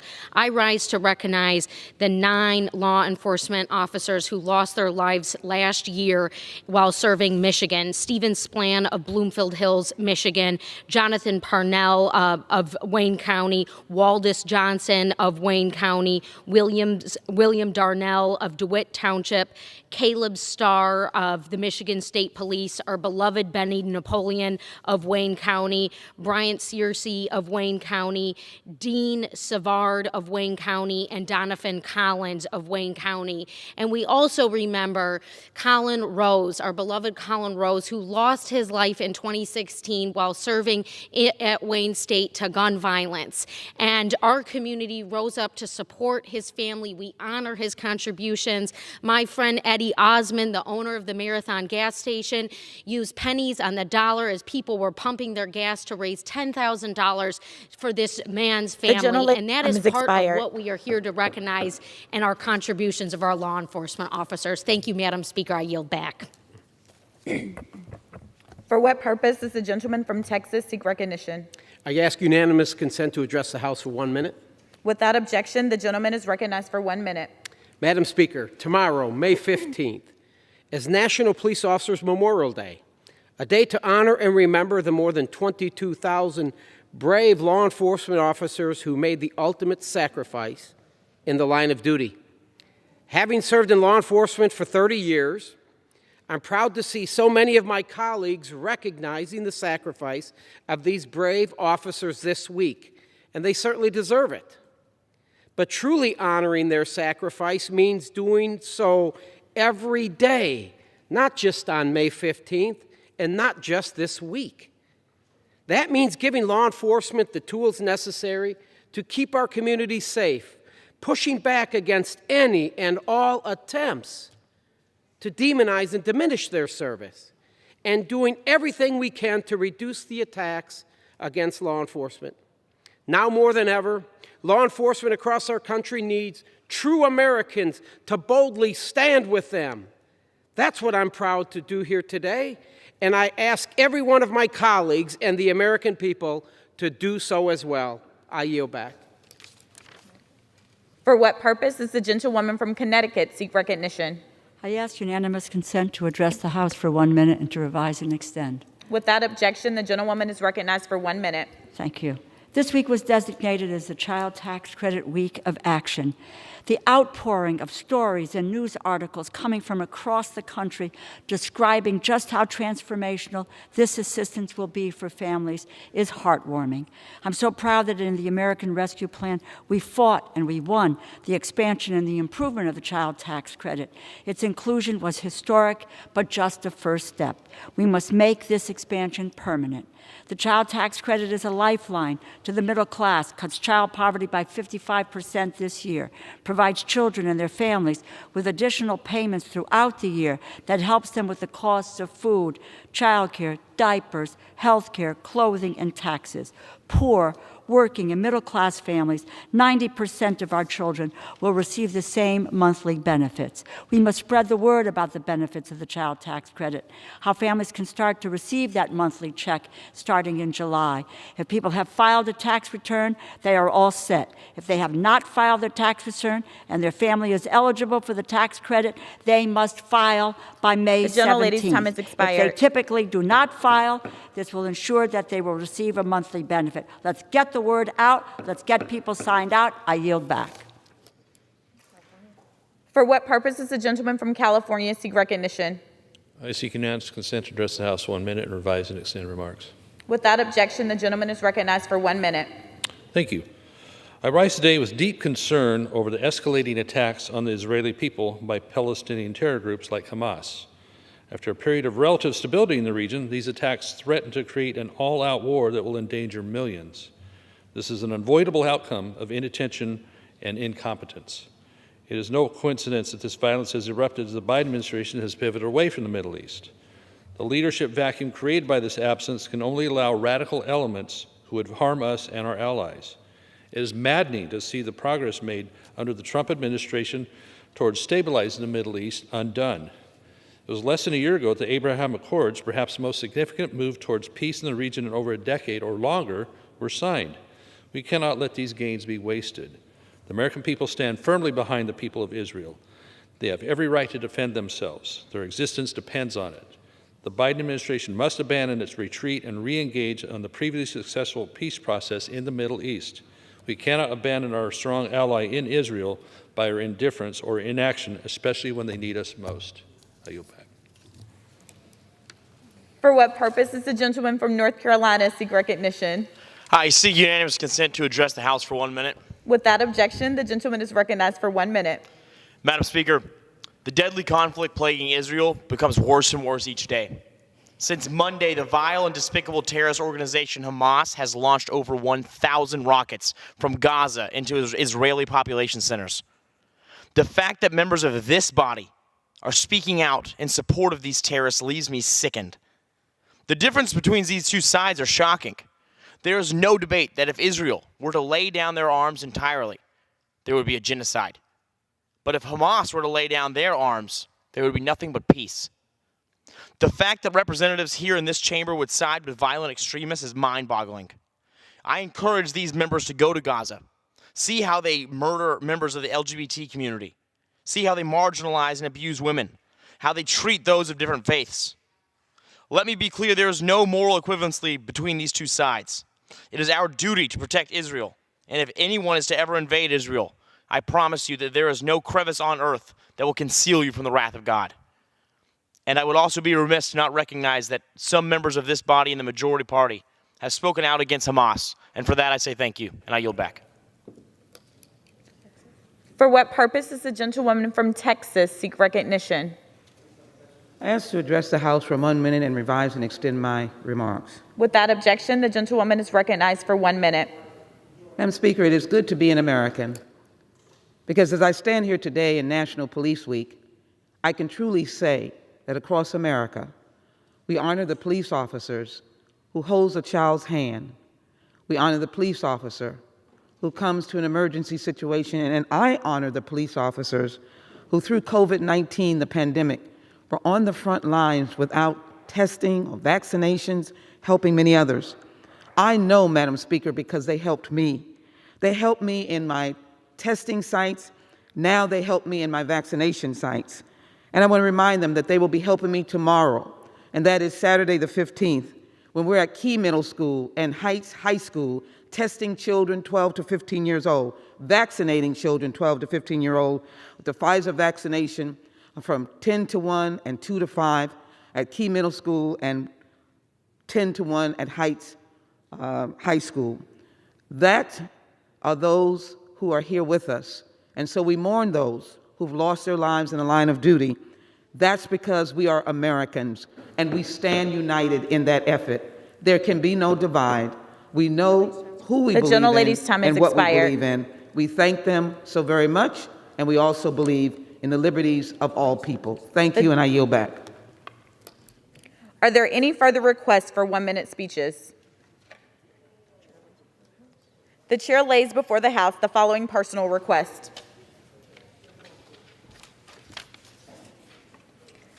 Leave of absence requested for Mr. Griffith of Virginia for today.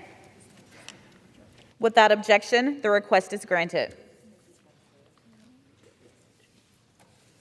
Under the Speaker's announced policy of January 4th, 2021, the gentleman from Texas, Mr. Gohmert, is recognized for 60 minutes as the designee of the Minority Leader.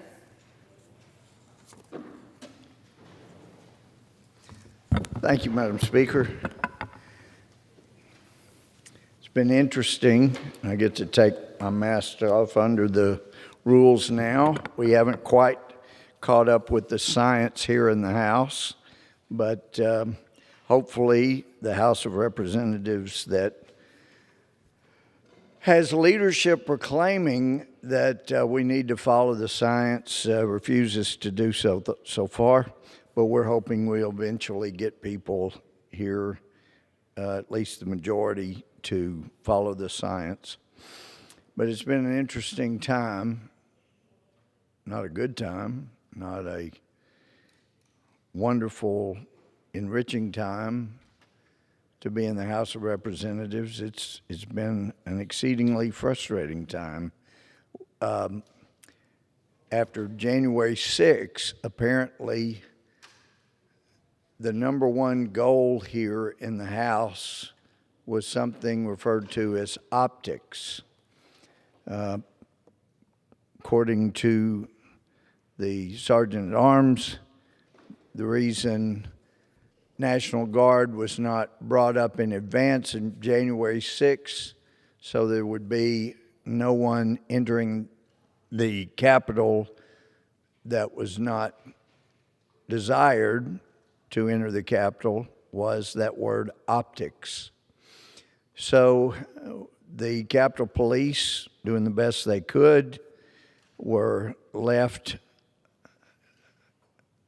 to fend for themselves without support they needed. It's a big place. But had the number one concern before January 6th by people here in Washington, at the Capitol at least, if that number one concern had not been optics, there would have been no one coming in to the Capitol that we didn't want to be in the Capitol. Since then, we've been entertained by all kinds of false statements, false allegations. It has really been amazing, but the number one thing we keep coming back to is apparently it's not about getting at the truth, it's all about optics. The top person charged with the safety of members of Congress, head of the Capitol Police, months ago indicated that there was no intel from any source that any member of Congress was at risk or a threat to any other member of Congress. No member of Congress was at risk from another member of Congress. Since then, as I understand it, there was an ethics charge leveled at Marjorie Taylor Greene that she was encouraging a debate with another member of Congress, and somehow that is apparently an ethics violation. I mean, I had a Democrat some years back come up and threaten to kick my buttocks I think he used other language, but had he swung, I might have filed a complaint, but, here on the House floor, what we have are words. And we get into very heated debates at times because we care deeply about the things we care deeply. But those are not assaults. There have been assaults in the Capitol. And I know memory is apparently a big question these days. But when the President of the United States stands right up here at the second level, as presidents have for, well, since this opened before 1860, and have made speeches, in this case it wasn't to a joint session, it was to invitation-only session, but indicated that what happened on January 6th was the worst attack on democracy since the Civil War. So, being an ongoing student of history, since Coach Sam Parker instilled a love in me for history, especially American history, the good, the bad, the ugly, the incredible. I've continued to be a student of American history, world history as well. So sometimes it's helpful for those that don't know our history or can't remember our history to be reminded that since the Civil War put an end to slavery in America, even though it took an ordained Christian preacher resolutely, peacefully advocating for civil rights and that the Constitution should be used as a document that means what it says. And as the Declaration of Independence made clear, we are endowed not by government but by our Creator with certain unalienable rights. And Dr. King's letters from a Birmingham jail as he was unjustly incarcerated, pretty powerful words from a man full of vision. We miss his vision. I think things would be very different if he were still alive today. The assassin did grave damage to the United States of America and the benefits we would have had from a visionary still if he were alive today. Because there are some that say if you even use words to debate that somehow you're an insurrectionist, you need to be jailed. And that has been happening since January 6th. And when it comes from people that told us, in fact, January 6th of 2017, I believe there were 11 different Democrats that stood up and forcefully objected to the results and to the electors that were voting for President Trump. And there was not a single Republican I ever heard on our side of the aisle that accused them of, trying to overthrow the government, insurrection, all these things that some of us have been accused of, simply wanting a fair election in which the votes of tens of millions of Americans were not disenfranchised. The very same thing even our current speaker has said back in prior days about prior elections.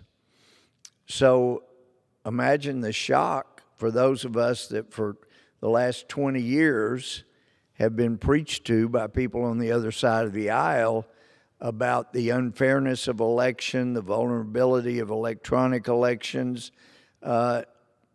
who seemed disgusted that some of us had the same kind of objections they had about the election in November.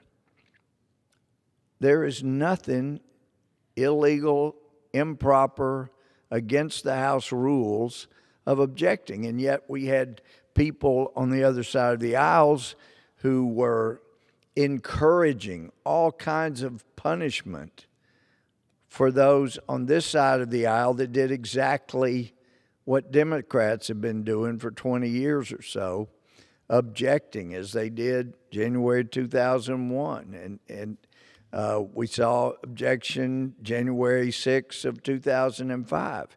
And these woke corporations that now want to punish anybody that objected to potentially, and there is evidence of fraud in the November 2020 election,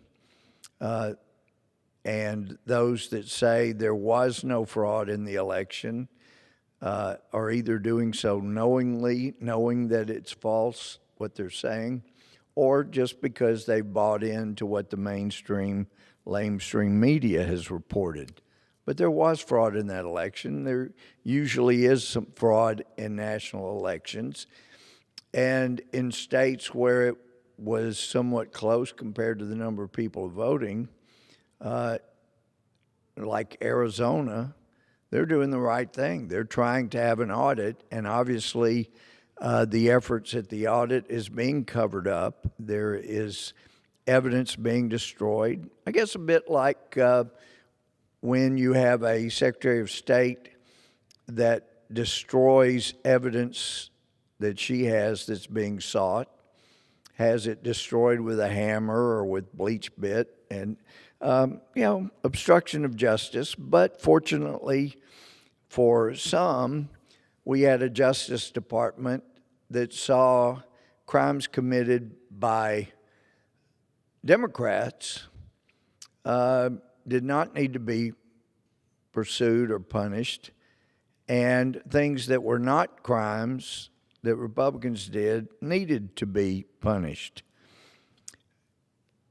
People all across America are naturally going to be upset when they don't just perceive, they see and know that there is a two-tiered justice system, one for certain high-placed Democrats and one for Republicans. There are those that support Republicans and have them help them if they support President Donald Trump.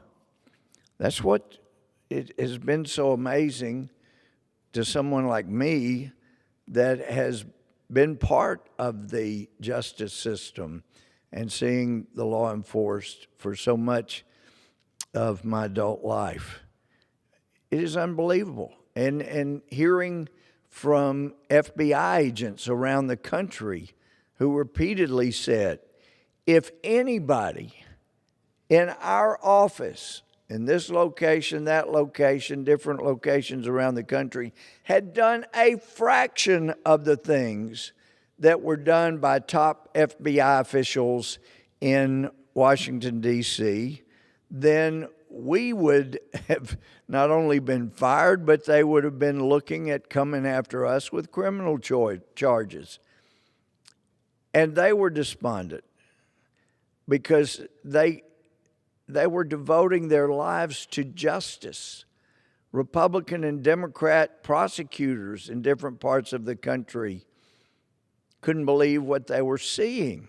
The injustice coming from what was supposed to be the Justice Department. And what has happened since January 6th is quite sickening. It is a war. It is an assault on our Constitution. Now, it's not new. I mean, back when Mueller was head of the FBI and the Inspector General shocked everyone who was paying attention that there had been over 3,000 abuses of the national security letter that where FBI agents had just wanted to do fishing expeditions, no crime, no probable cause. They just wanted information about people when the Constitution did not permit it. So they send a national security letter demanding that a bank, a company, an individual give them all the information on another American just because they wanted it. Outrageous.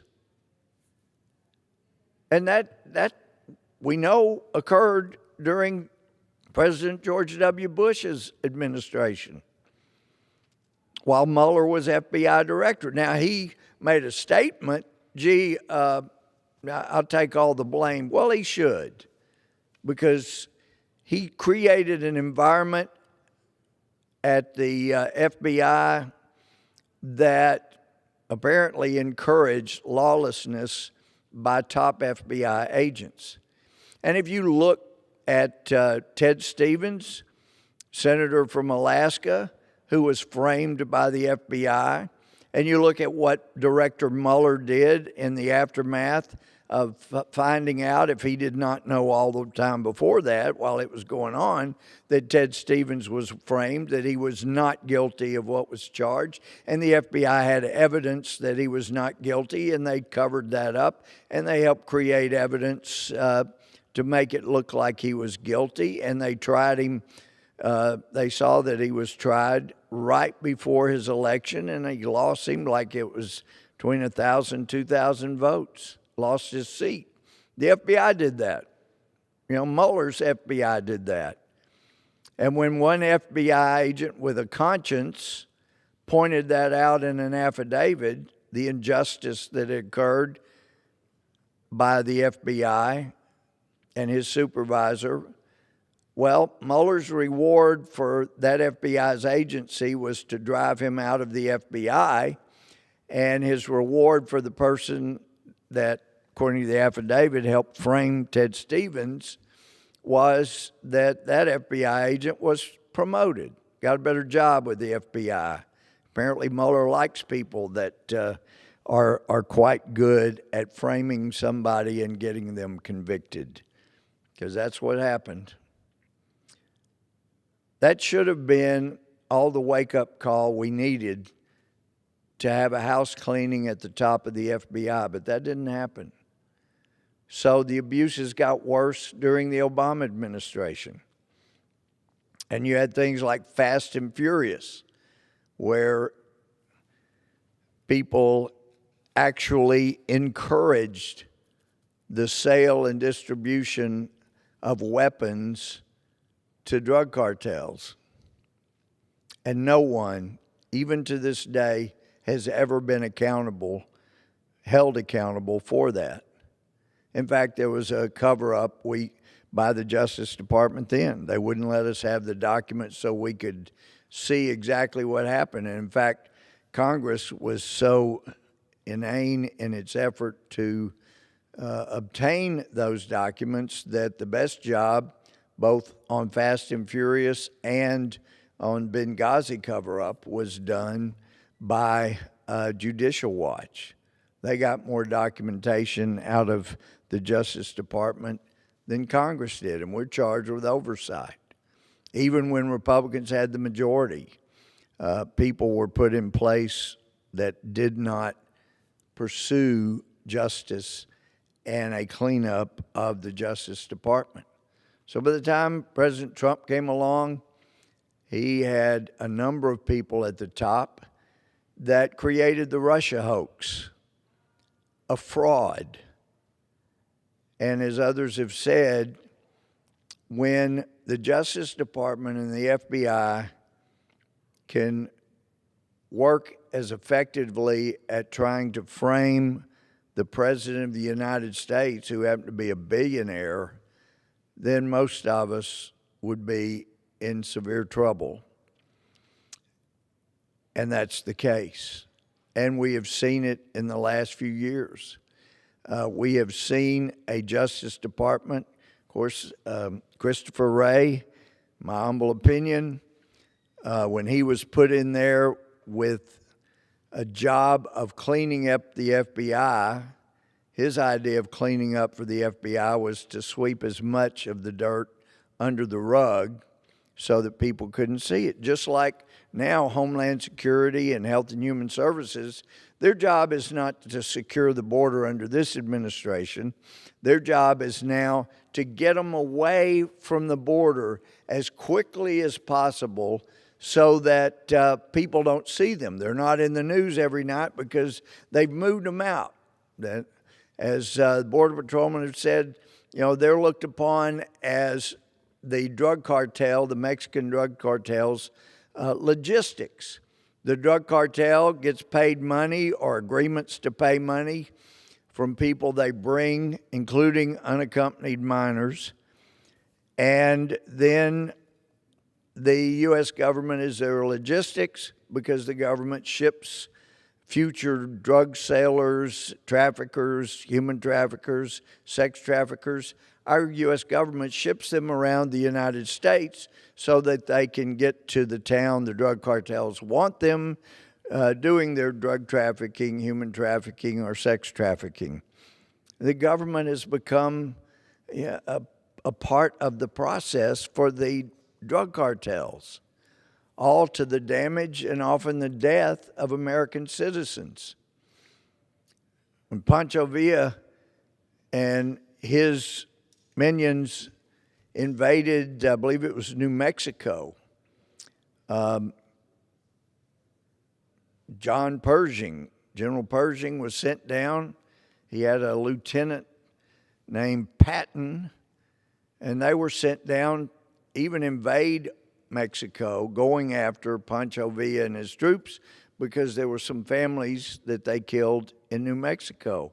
Well, we've got thousands of people dying from fentanyl coming from Mexico, and the answer of this administration, we heard in the last couple of days, administration is going to add 13 miles to the wall, but otherwise leave over 1,000 miles without wall.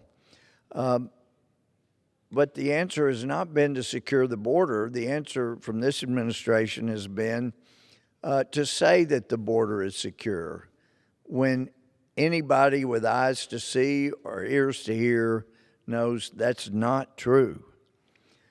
But the injustices that have occurred since January 6 appear to be a continuation of the goal of that one word, optics. The one word that prevented our leadership from having the National Guard on hand to ensure that the Capitol was not invaded.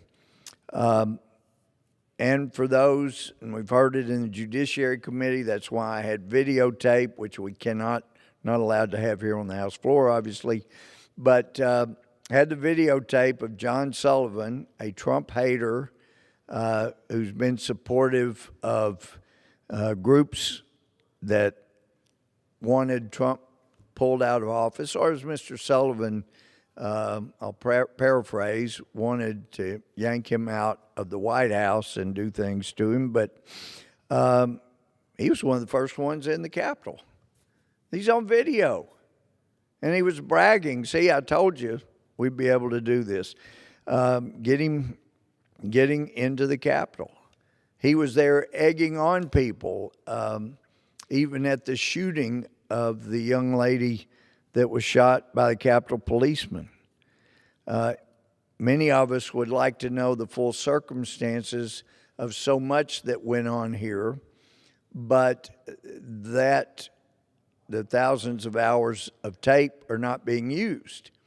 Now, some of us had heard that the wonderful man, wonderful Capitol policeman, Officer Sicknick, that he had died of natural causes. And yet it was all over the media that he was beaten with a fire extinguisher. Turned out that was completely false. And there's an article about that. by Julie Kelly in American Greatness, April 26. Her article pointed out there's no reason to keep these men in jail, let alone in solitary confinement in a D.C. prison.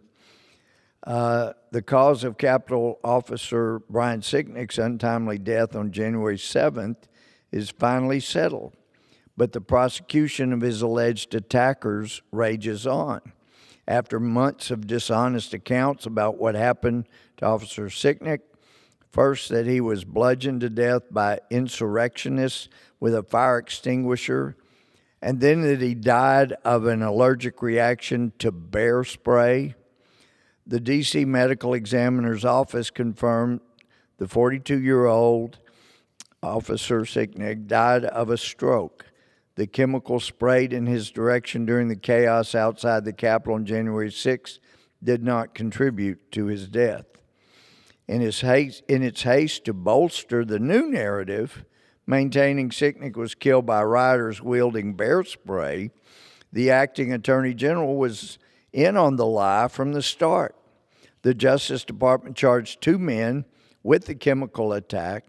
George Tenios and Julian Cater were arrested March 14th and charged with several crimes, including 4 counts related to possession and use of a deadly or dangerous weapon, and for conspiring ahead of time to use the spray against the officers.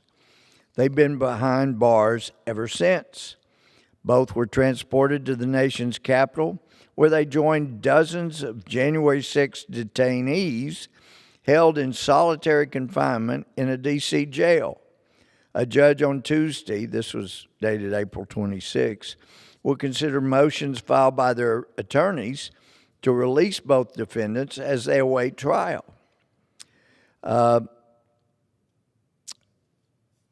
This says, as I've reported for the past few months, federal courts, at the direction of Joe Biden's Justice Department, are denying bond to nonviolent protesters as their cases continue a slow slog through an intentionally overloaded D.C. judicial system. The presumption of innocence has been suspended for Trump supporters involved in the January 6 protests, largely based on a supposed thought crime of doubting the legitimacy of the 2020 election.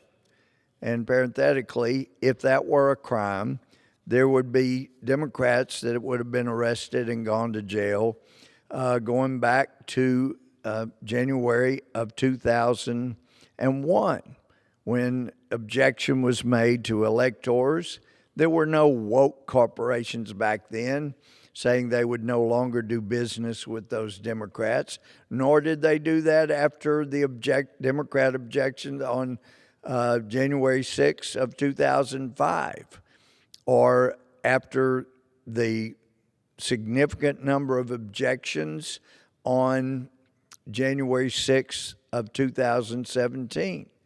And now all of a sudden it's supposed to be a crime, a heinous act to object under the rules and the Constitution. Things have got to turn around here if we're going to save this little experiment in self-government. Anyway, dangerous evidence, the article questions. Law enforcement officials have argued in court pleadings that defendants shouldn't have unfettered access to tens of thousands of hours of video evidence because they might pass along the information to those who wish to attack the Capitol again. Instead, according to a recent Politico article, prosecutors are, quote, working to build an archive of video that would permit defendants to peruse relevant clips but sharply restrict their access and permit prosecutors a chance to object if they feel such footage would be misused or present a risk. Now, that sounds a great deal like what the prosecutors and FBI were saying about Ted Stevens and their evidence, that they restricted him having access to his own evidence that would have proved his innocence had he been allowed all the evidence that were seized from his home and other places.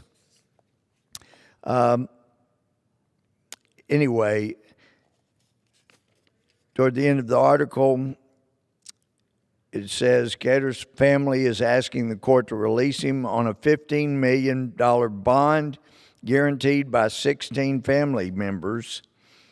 As one journalist noted, that amount is 3 times higher than Harvey Weinstein's bail.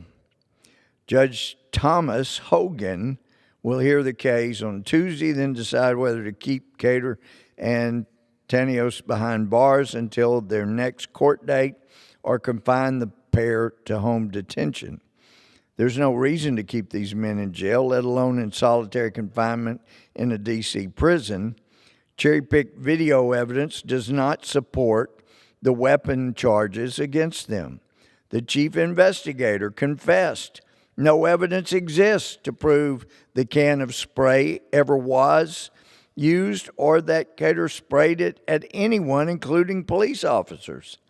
Justice Department's refusal to allow access to the video evidence raises plenty of red flags. Neither man has a criminal record. George Tanios and Julian Khadr pose no threat to society.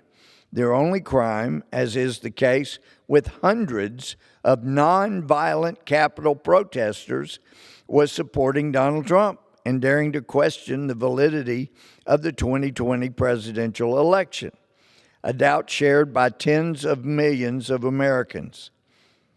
So we've got federal judges that are playing along with this whole outrageous miscarriage of justice for hundreds of Americans that were concerned, as Democrats were in 2001, 2005, 2017. But fortunately for them, Republicans didn't try to create a federal crime out of questioning election results. Julie Kelly has done extraordinary research on what has occurred since January 6th and on January 6th. Some points that she has found: on April 28, 2021, Paul Hupper heard a ruckus in his house. He was in his bedroom answering emails. Clad in his pajamas, he went downstairs to see what was happening. He was confronted by at least a dozen FBI agents, some pointing guns at him and his wife, Marilyn. The couple, along with their house guests, including a teenager, were handcuffed. You know, where is the outrage that we've been hearing in the Judiciary Committee about young people being unfairly treated? Where's the outrage about the treatment of people since January 6th by any Democrats, who even our vice president was raising money to pay their bail in places where there was not just looting, there was burning, there was physical assaults, and like in Missouri, even death of innocent people. But the Huppers, they were placed in separate rooms in their home in Alaska without legal counsel, without the chance to inspect a warrant. Paul and Marilyn were interrogated for hours about their trip to Washington, D.C. in January. They attended President Trump's speech and walked down to the Capitol. They committed no crime. They did not even enter the building. They did what tens of thousands of Americans did on January 6th. They traveled to their nation's capital, just like all the leftists did that did such damage and tried to physically assault some of us here in the Capitol last year. Yet, not only were they not punished, those of us that were being threatened and people running after us, we were not protected at all. But Paul and Marilyn, as they were so unfairly and unjustly treated by the FBI and Department of Justice. The FBI claimed they were looking for Nancy Pelosi's stolen laptop, and they said Marilyn looked like a woman in the Capitol who was a suspect, but the photos that anybody could clearly see, the photos the FBI finally presented eventually, it was clear. That wasn't Marilyn. That wasn't Paul. They didn't take the laptop, yet their freedom was taken from them to teach a lesson. Agents threatened both of Paul and Marilyn Hupers, a teenager that was there. They threatened them with legal recourse. They ransacked their home. They took their cell phones and their computers. They even took a copy of the Declaration of Independence. Wish they would read it and understand it. The Hupers have not been charged with any crime, but more than 400 Americans have been charged with various offenses relating to January 6th. Most face nonviolent trespassing and disorderly conduct charges. But yesterday, the Justice Department announced the arrest of an active duty United States Marine stationed at Quantico for his involvement in the protests that day. Joe Biden's Justice Department is criminalizing political protest, but only political protest by Republicans or conservatives. They're destroying the lives of American families. They're weaponizing the events of January 6th to silence Trump-supporting Americans. You don't have to take our word for it. Michael Sherwin, the acting U.S. attorney who handled the first few months of the Capitol breach probe, bragged that his office arrested at least 100 people between January 6th and January 20th to stop people from coming to D.C. to protest Joe Biden's inauguration. Quote, I wanted to make sure there was shock and awe that we could charge as many people as possible before the 20th, and it worked because we saw through the media posts that people were afraid to come to D.C. because if they go there, we're going to get charged, unquote. That's only part of what's happening. Dozens of Americans have been hauled out of their homes, transported to Washington, D.C., and held in solitary confinement for months, awaiting delayed trials with no end in sight. Nearly all have no criminal record. Some are veterans and ex-law enforcement officers, but the Justice Department is throwing the book at them.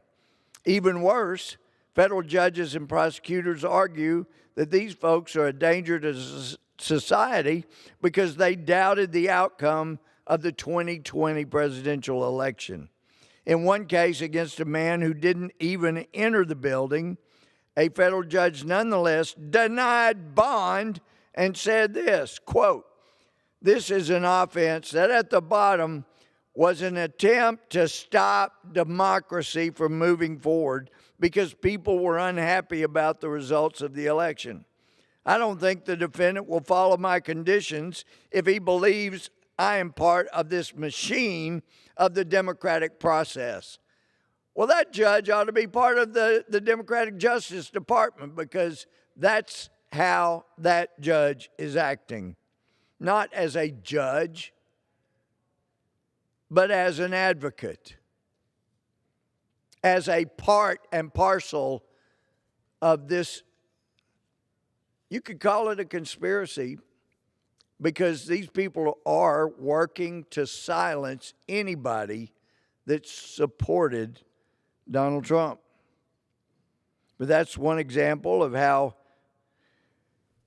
government lawyers and judges are criminalizing someone's belief about the 2020 presidential election. And it's much like the U.S. attorney was saying, you know, they charge enough people, then Trump supporters are not going to be willing to come back out because they know they'll get charged.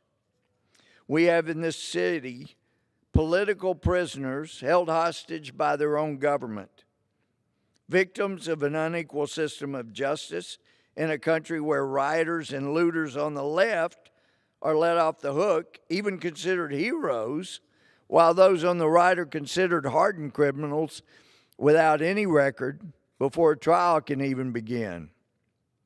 Here's how one defense attorney described the conditions at the D.C. Correctional Treatment Facility. Detainees are held in solitary confinement for 23 hours a day. They cannot shower or shave regularly. Some have been physically assaulted by prison guards. They cannot play a role in their own defense. They have no regular access to tablets to communicate with their lawyers or family members. In-person meetings with counsel is nearly impossible. Conversations between defendants and lawyers are overheard by other defendants and their lawyers in addition to prison guards. In a detention hearing on May 11th, for the two men accused of using pepper spray against police officers against the late Officer Brian Sicknick, one defense lawyer told the judge he had not been able to speak with his client for 2 weeks. Julian Cater, George Tanios, about whom we were speaking earlier, they were arrested in March for allegedly spraying the officers. They're still being held in D.C. jail for weeks awaiting trial. This week, a federal judge, the one we spoke of earlier, denied bail to both defendants. Julian Cater's family was willing to put up $15 million bond package. Neither man has a criminal record, but you have a judge and a Justice Department with an agenda. And so what these men are getting is not only not bond, but they're getting the most injustice the Department of Justice can throw at them. They never even went inside the building, and the government has yet to prove their case at all. The judge basically tried the case himself this week without either defendant present. Judge Hogan said the men are a danger to society because they attempted to halt the democratic process. Well, if that were a crime, we would have dozens of Democrats with a criminal record for coming in here the first and only time in American history that one party came in, took over the House floor, and prevented a session from taking place. Never happened before, never happened since. Of course, the election didn't go too well for Democrats after that. We had a very weak Speaker of the House at the time who kept saying those people will be punished for their improprieties, for their unethical and unruly behavior. There were at least a dozen or more rules of the House that were violated by Democrats, by most of the Democrats. You're not supposed to sit on the House floor, on the floor itself. You're not supposed to bring food. Heck, food was catered in here. You're not supposed to take pictures in here. There were not only pictures taken, but there was a broadcast going on from the House floor. There were just rule after rule were broken, but there could have potentially been criminal charges, but none were made. None of us filed any criminal charges, even though the insurrectionists in the Democratic Party came in here and prevented the House from doing business for 24 hours. Paul Ryan kept saying he was going to do something about it. He never did. No one has ever been punished for the massive improprieties that took place. But if we're going to charge people for preventing, and many of these people are finally being charged with preventing, or conspiring to prevent Congress from taking action, well, that's exactly what many of the House Democrats did that day when they prevented for 24 hours us from going into session here And the fact is, I didn't and wouldn't advocate that any of the Democratic representatives be charged or should have been charged criminally. There were rule violations. I felt like it should have been handled by ethics, but I would not want criminal charges brought against other members of the House for the very things that Trump supporters are being charged with.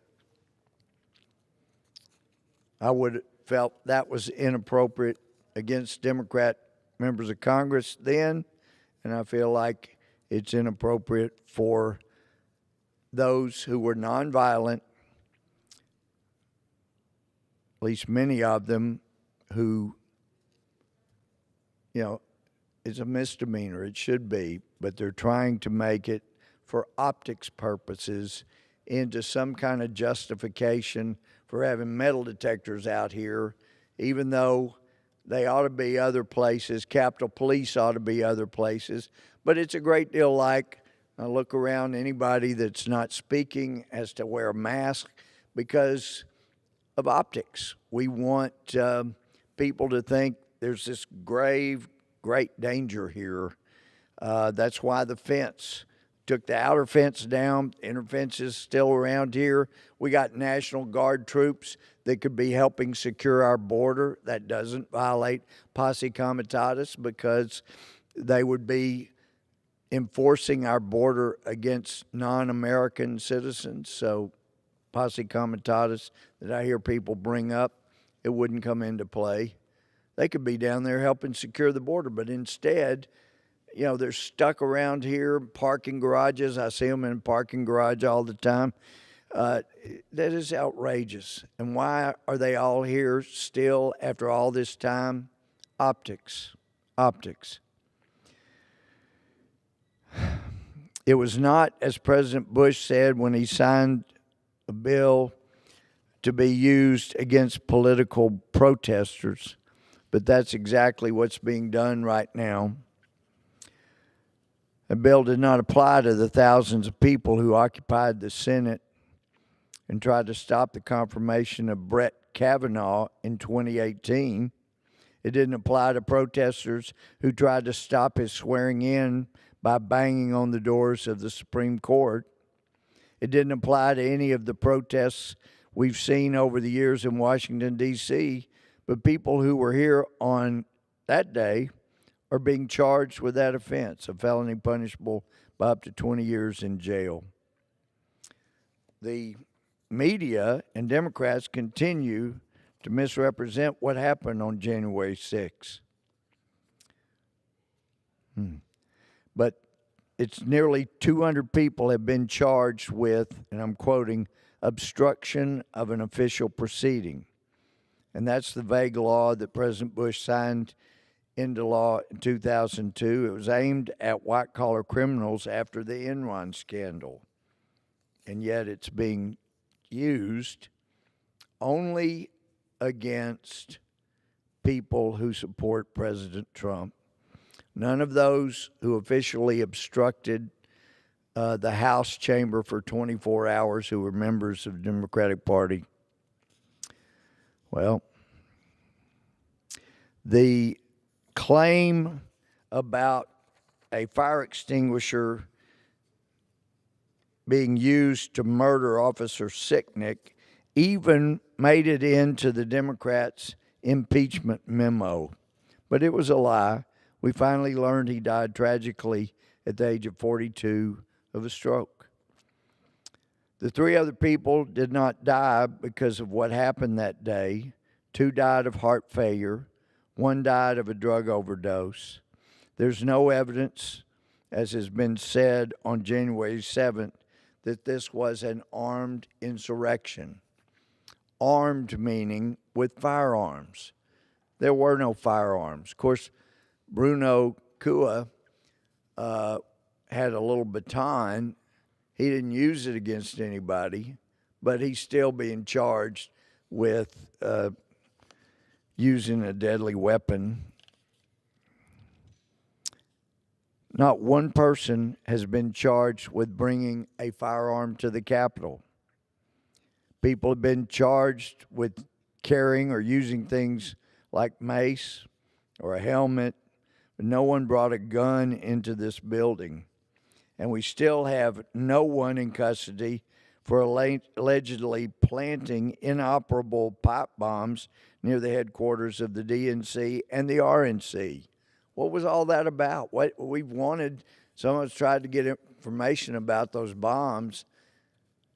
Normally people don't put bombs that don't work out where people can see them unless it's simply for the optics. Now, when they're serious, they do what Bill Ayers people, the Weather Underground, did when they set off a bomb in the U.S. Senate. To me, that was more of an attack, more of a war or an attack on democracy. When in this very room,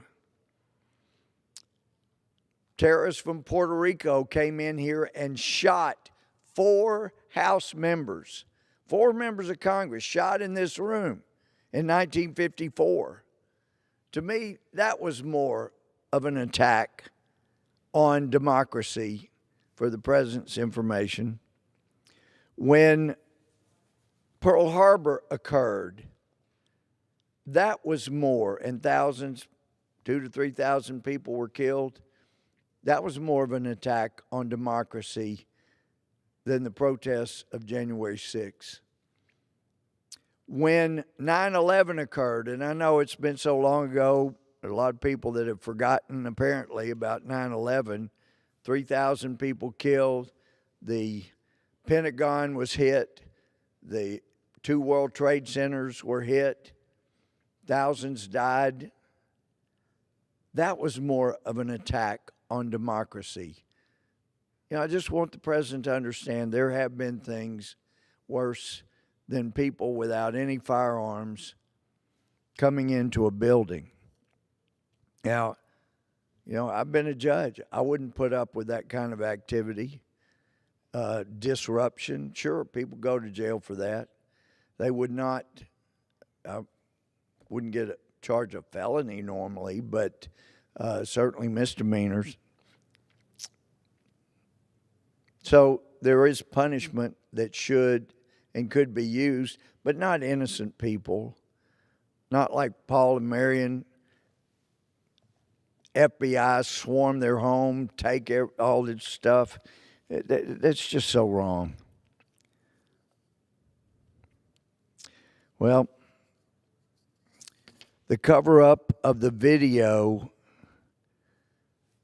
that was available here in the Capitol that could really establish what all went on is atrocious. And I've got so many friends in the Capitol Police. They're wonderful people. I admire them greatly. But there are people in leadership positions, apparently, that are covering up video of what went on here. And now even the news media is asking the D.C. District Court for access to video evidence presented in virtual court proceedings. As one of my Republican colleagues said this week in the House Oversight Committee hearing, we need to release all the tapes so the American people can see what happened before, during, and after the disturbance on January 6th. There's no doubt people came here on January 6th to cause trouble. Most did not come here to cause trouble. Most came here to protest in the manner that I've advocated for years, and that is the effective manner that Dr. King advocated for. So much more is done by peaceful protest, but Americans need to make their voices heard. And this power-hungry group occupying positions of power in Washington, D.C. right now, they're wanting to intimidate and use injustice for their own political purposes. The overwhelming number of people caught up in this, quote, unprecedented investigation, as the Justice Department promises. They're actually nonviolent, peaceful Americans. Their only crime was supporting Donald Trump and concern about the fraud Democrats have been telling us about in elections for many years. Article from April 12th, Julie Kelly, indefinite incarceration for protesters with wrong politics. And great article, documents about different people. They're getting death threats. The press have helped bring about all kinds of calamities on people whose crime was being concerned about the election and being here and peacefully protesting. But it documents some of the travesties that are occurring with some people whose only crime was being concerned about fairness in the election in America. Another, as Capitol defendants rot in D.C. jail, Portland rioters get leniency. Documents how lenient the Justice Department, yes, same Justice Department that's locking up in solitary confinement people that really didn't commit the actions they're charged with. That same Justice Department is going easy on the looters and the destroyers in Portland. Article April 19th, from insurrectionist to interruptionist. And that's probably going to be the charge that ends up sticking in most cases. They obstructed Congress from their jobs for not for 24 hours like the Democrat members of Congress that kept us from having session in here for 24 hours. Not like that, but just for a matter of hours till things were under control. Then we were back in no time, back here in this chamber doing our business. But the FBI raided the Homer couple's home. That was with guns drawn. Here's this 18-year-old Bruno Kua. The complaint I have here, he's charged with assault on a federal officer, yet there's been no evidence presented of any assault on a federal officer. Civil disorder, obstruction of an official proceeding, that's the one that that's why Julie Kelly says they've gone from insurrectionist to interruptionist. Enter or remain on the floor or gallery of either House of Congress, violent entry or disorderly conduct, engage in physical violence, obstruct or impede passage, and parade, demonstrate, or picket on Capitol grounds. So that's what we've come to, locking up this 18-year-old with no criminal history whatsoever. Interesting, in Bruno Kua's case, the Justice Department was arguing since he had begun to be homeschooled before January 6th, and as thousands and thousands of American children have been, since teachers are refusing in so many places to come teach them, that's used by the Justice Department to say you can't allow this guy to be released, this dangerous 18-year-old with no criminal history. He said, oh, but look at his social media, and he's being homeschooled, so you can't release him home because, that's where he came from. That would be terrible. And yet, in Portland, they're letting people go right and left with long criminal histories and with actual violence that they've committed. Anyway, Rick Manning has a good article from May 12th in Town Hall. Biden's America resembles the bad old days of 1973. I keep expecting at any time our president to say, we need to put out big pens with the letters WIN on them, as Gerald Ford did. That stood for Whip Inflation Now. And that didn't work. Wearing a pen with Whip Inflation Now did not whip inflation, nor did Jimmy Carter wearing a sweater heal or fix our problem with a lack of energy. That didn't work, but that looks like the kind of thing we're headed back to. There is a great deal of injustice, and I would think for all of those who obstructed an official proceeding here on the House floor under the leadership of the Democrat Party leadership, that for far longer disrupted the House proceeding, violating countless House rules, I would think that that is in someone's background, that they have committed that crime that these people are being charged with, that we get a lot more sympathy from my colleagues across the aisle.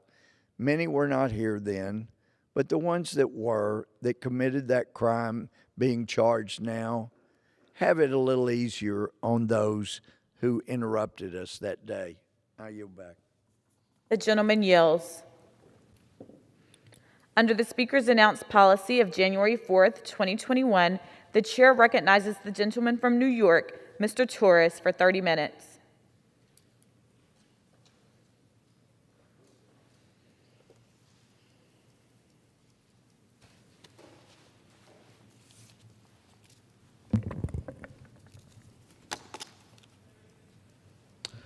Thank you, Madam Speaker.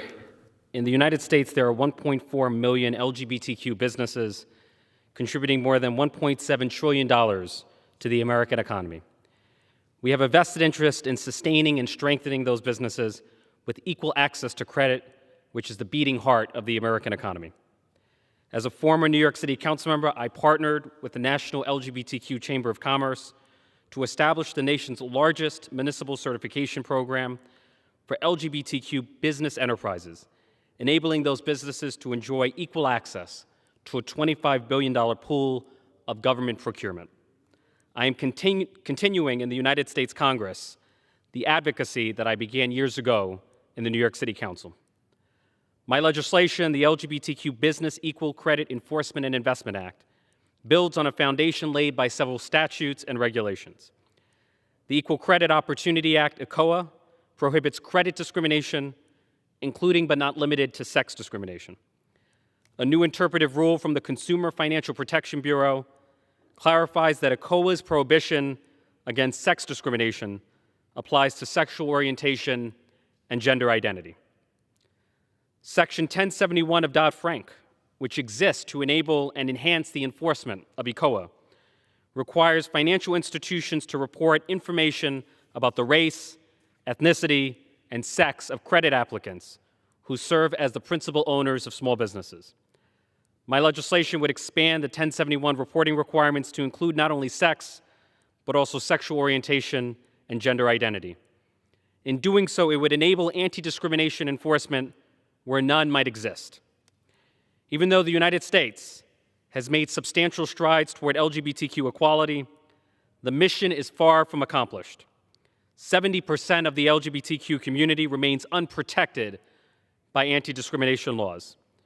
When it comes to credit in particular, according to the Williams Institute, more than 7.7 million LGBTQ adults live in states that offer no protection against credit discrimination based on sexual orientation and gender identity. Francis Bacon once said that knowledge is power. Knowledge affords us the power to detect discrimination that might otherwise go undetected. Take as an example the Home Mortgage Disclosure Act, which is analogous to my legislation. Both the National Community Reinvestment Coalition and the Iowa State University reviewed data from the HMDA and found that same-sex couples were denied loans at higher rates than heterosexual couples, despite having comparable creditworthiness. It also found that those same-sex couples paid higher interest rates and higher fees. The experience of the HMDA tells us that sunlight can be a powerful disinfectant against discrimination. The Equal Credit Enforcement and Investment Act would make credit more accessible, credit laws more enforceable, and creditors more accountable. It would represent a triumph of transparency in the service of economic opportunity for all, regardless of who you love, regardless of who you are and whom you love.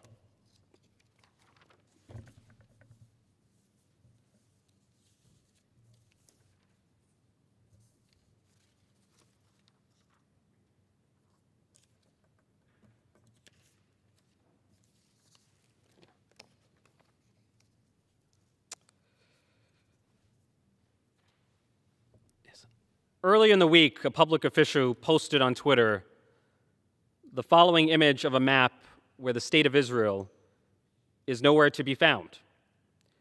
There is nothing accidental about the omission. Wiping Israel off the map is the objective of the BDS movement. Notice the image includes flowers to symbolize peace, as though peace meant the destruction of Israel itself. When most Americans speak of peace, we mean the peaceful coexistence of an Israeli state and a Palestinian state, not the existence of one to the exclusion of the other. Most Americans are anguished by the trauma of Israelis seeking refuge in bomb shelters in the face of relentless rocket fire. And most Americans are anguished by the deep suffering and death toll of Palestinians who live under the repressive rule of Hamas and who have fallen victim to the wretchedness of war. The rapid-fire rhetoric that we have seen directed at Israel is so hyperbolic, so vitriolic, that it inflames rather than informs. It delegitimizes Israel rather than de-escalates the Israeli-Palestinian conflict. Those propagating hate are not part of the solution, but part of the problem. Hate never brings peace. It never has, it never will. You can either promote hate or you can promote peace, but you cannot advance both. Let us not be fooled by the pretense of peace. Let us find the wisdom to tell the difference between genuine peace and hate hidden under the guise of peace. I yield back.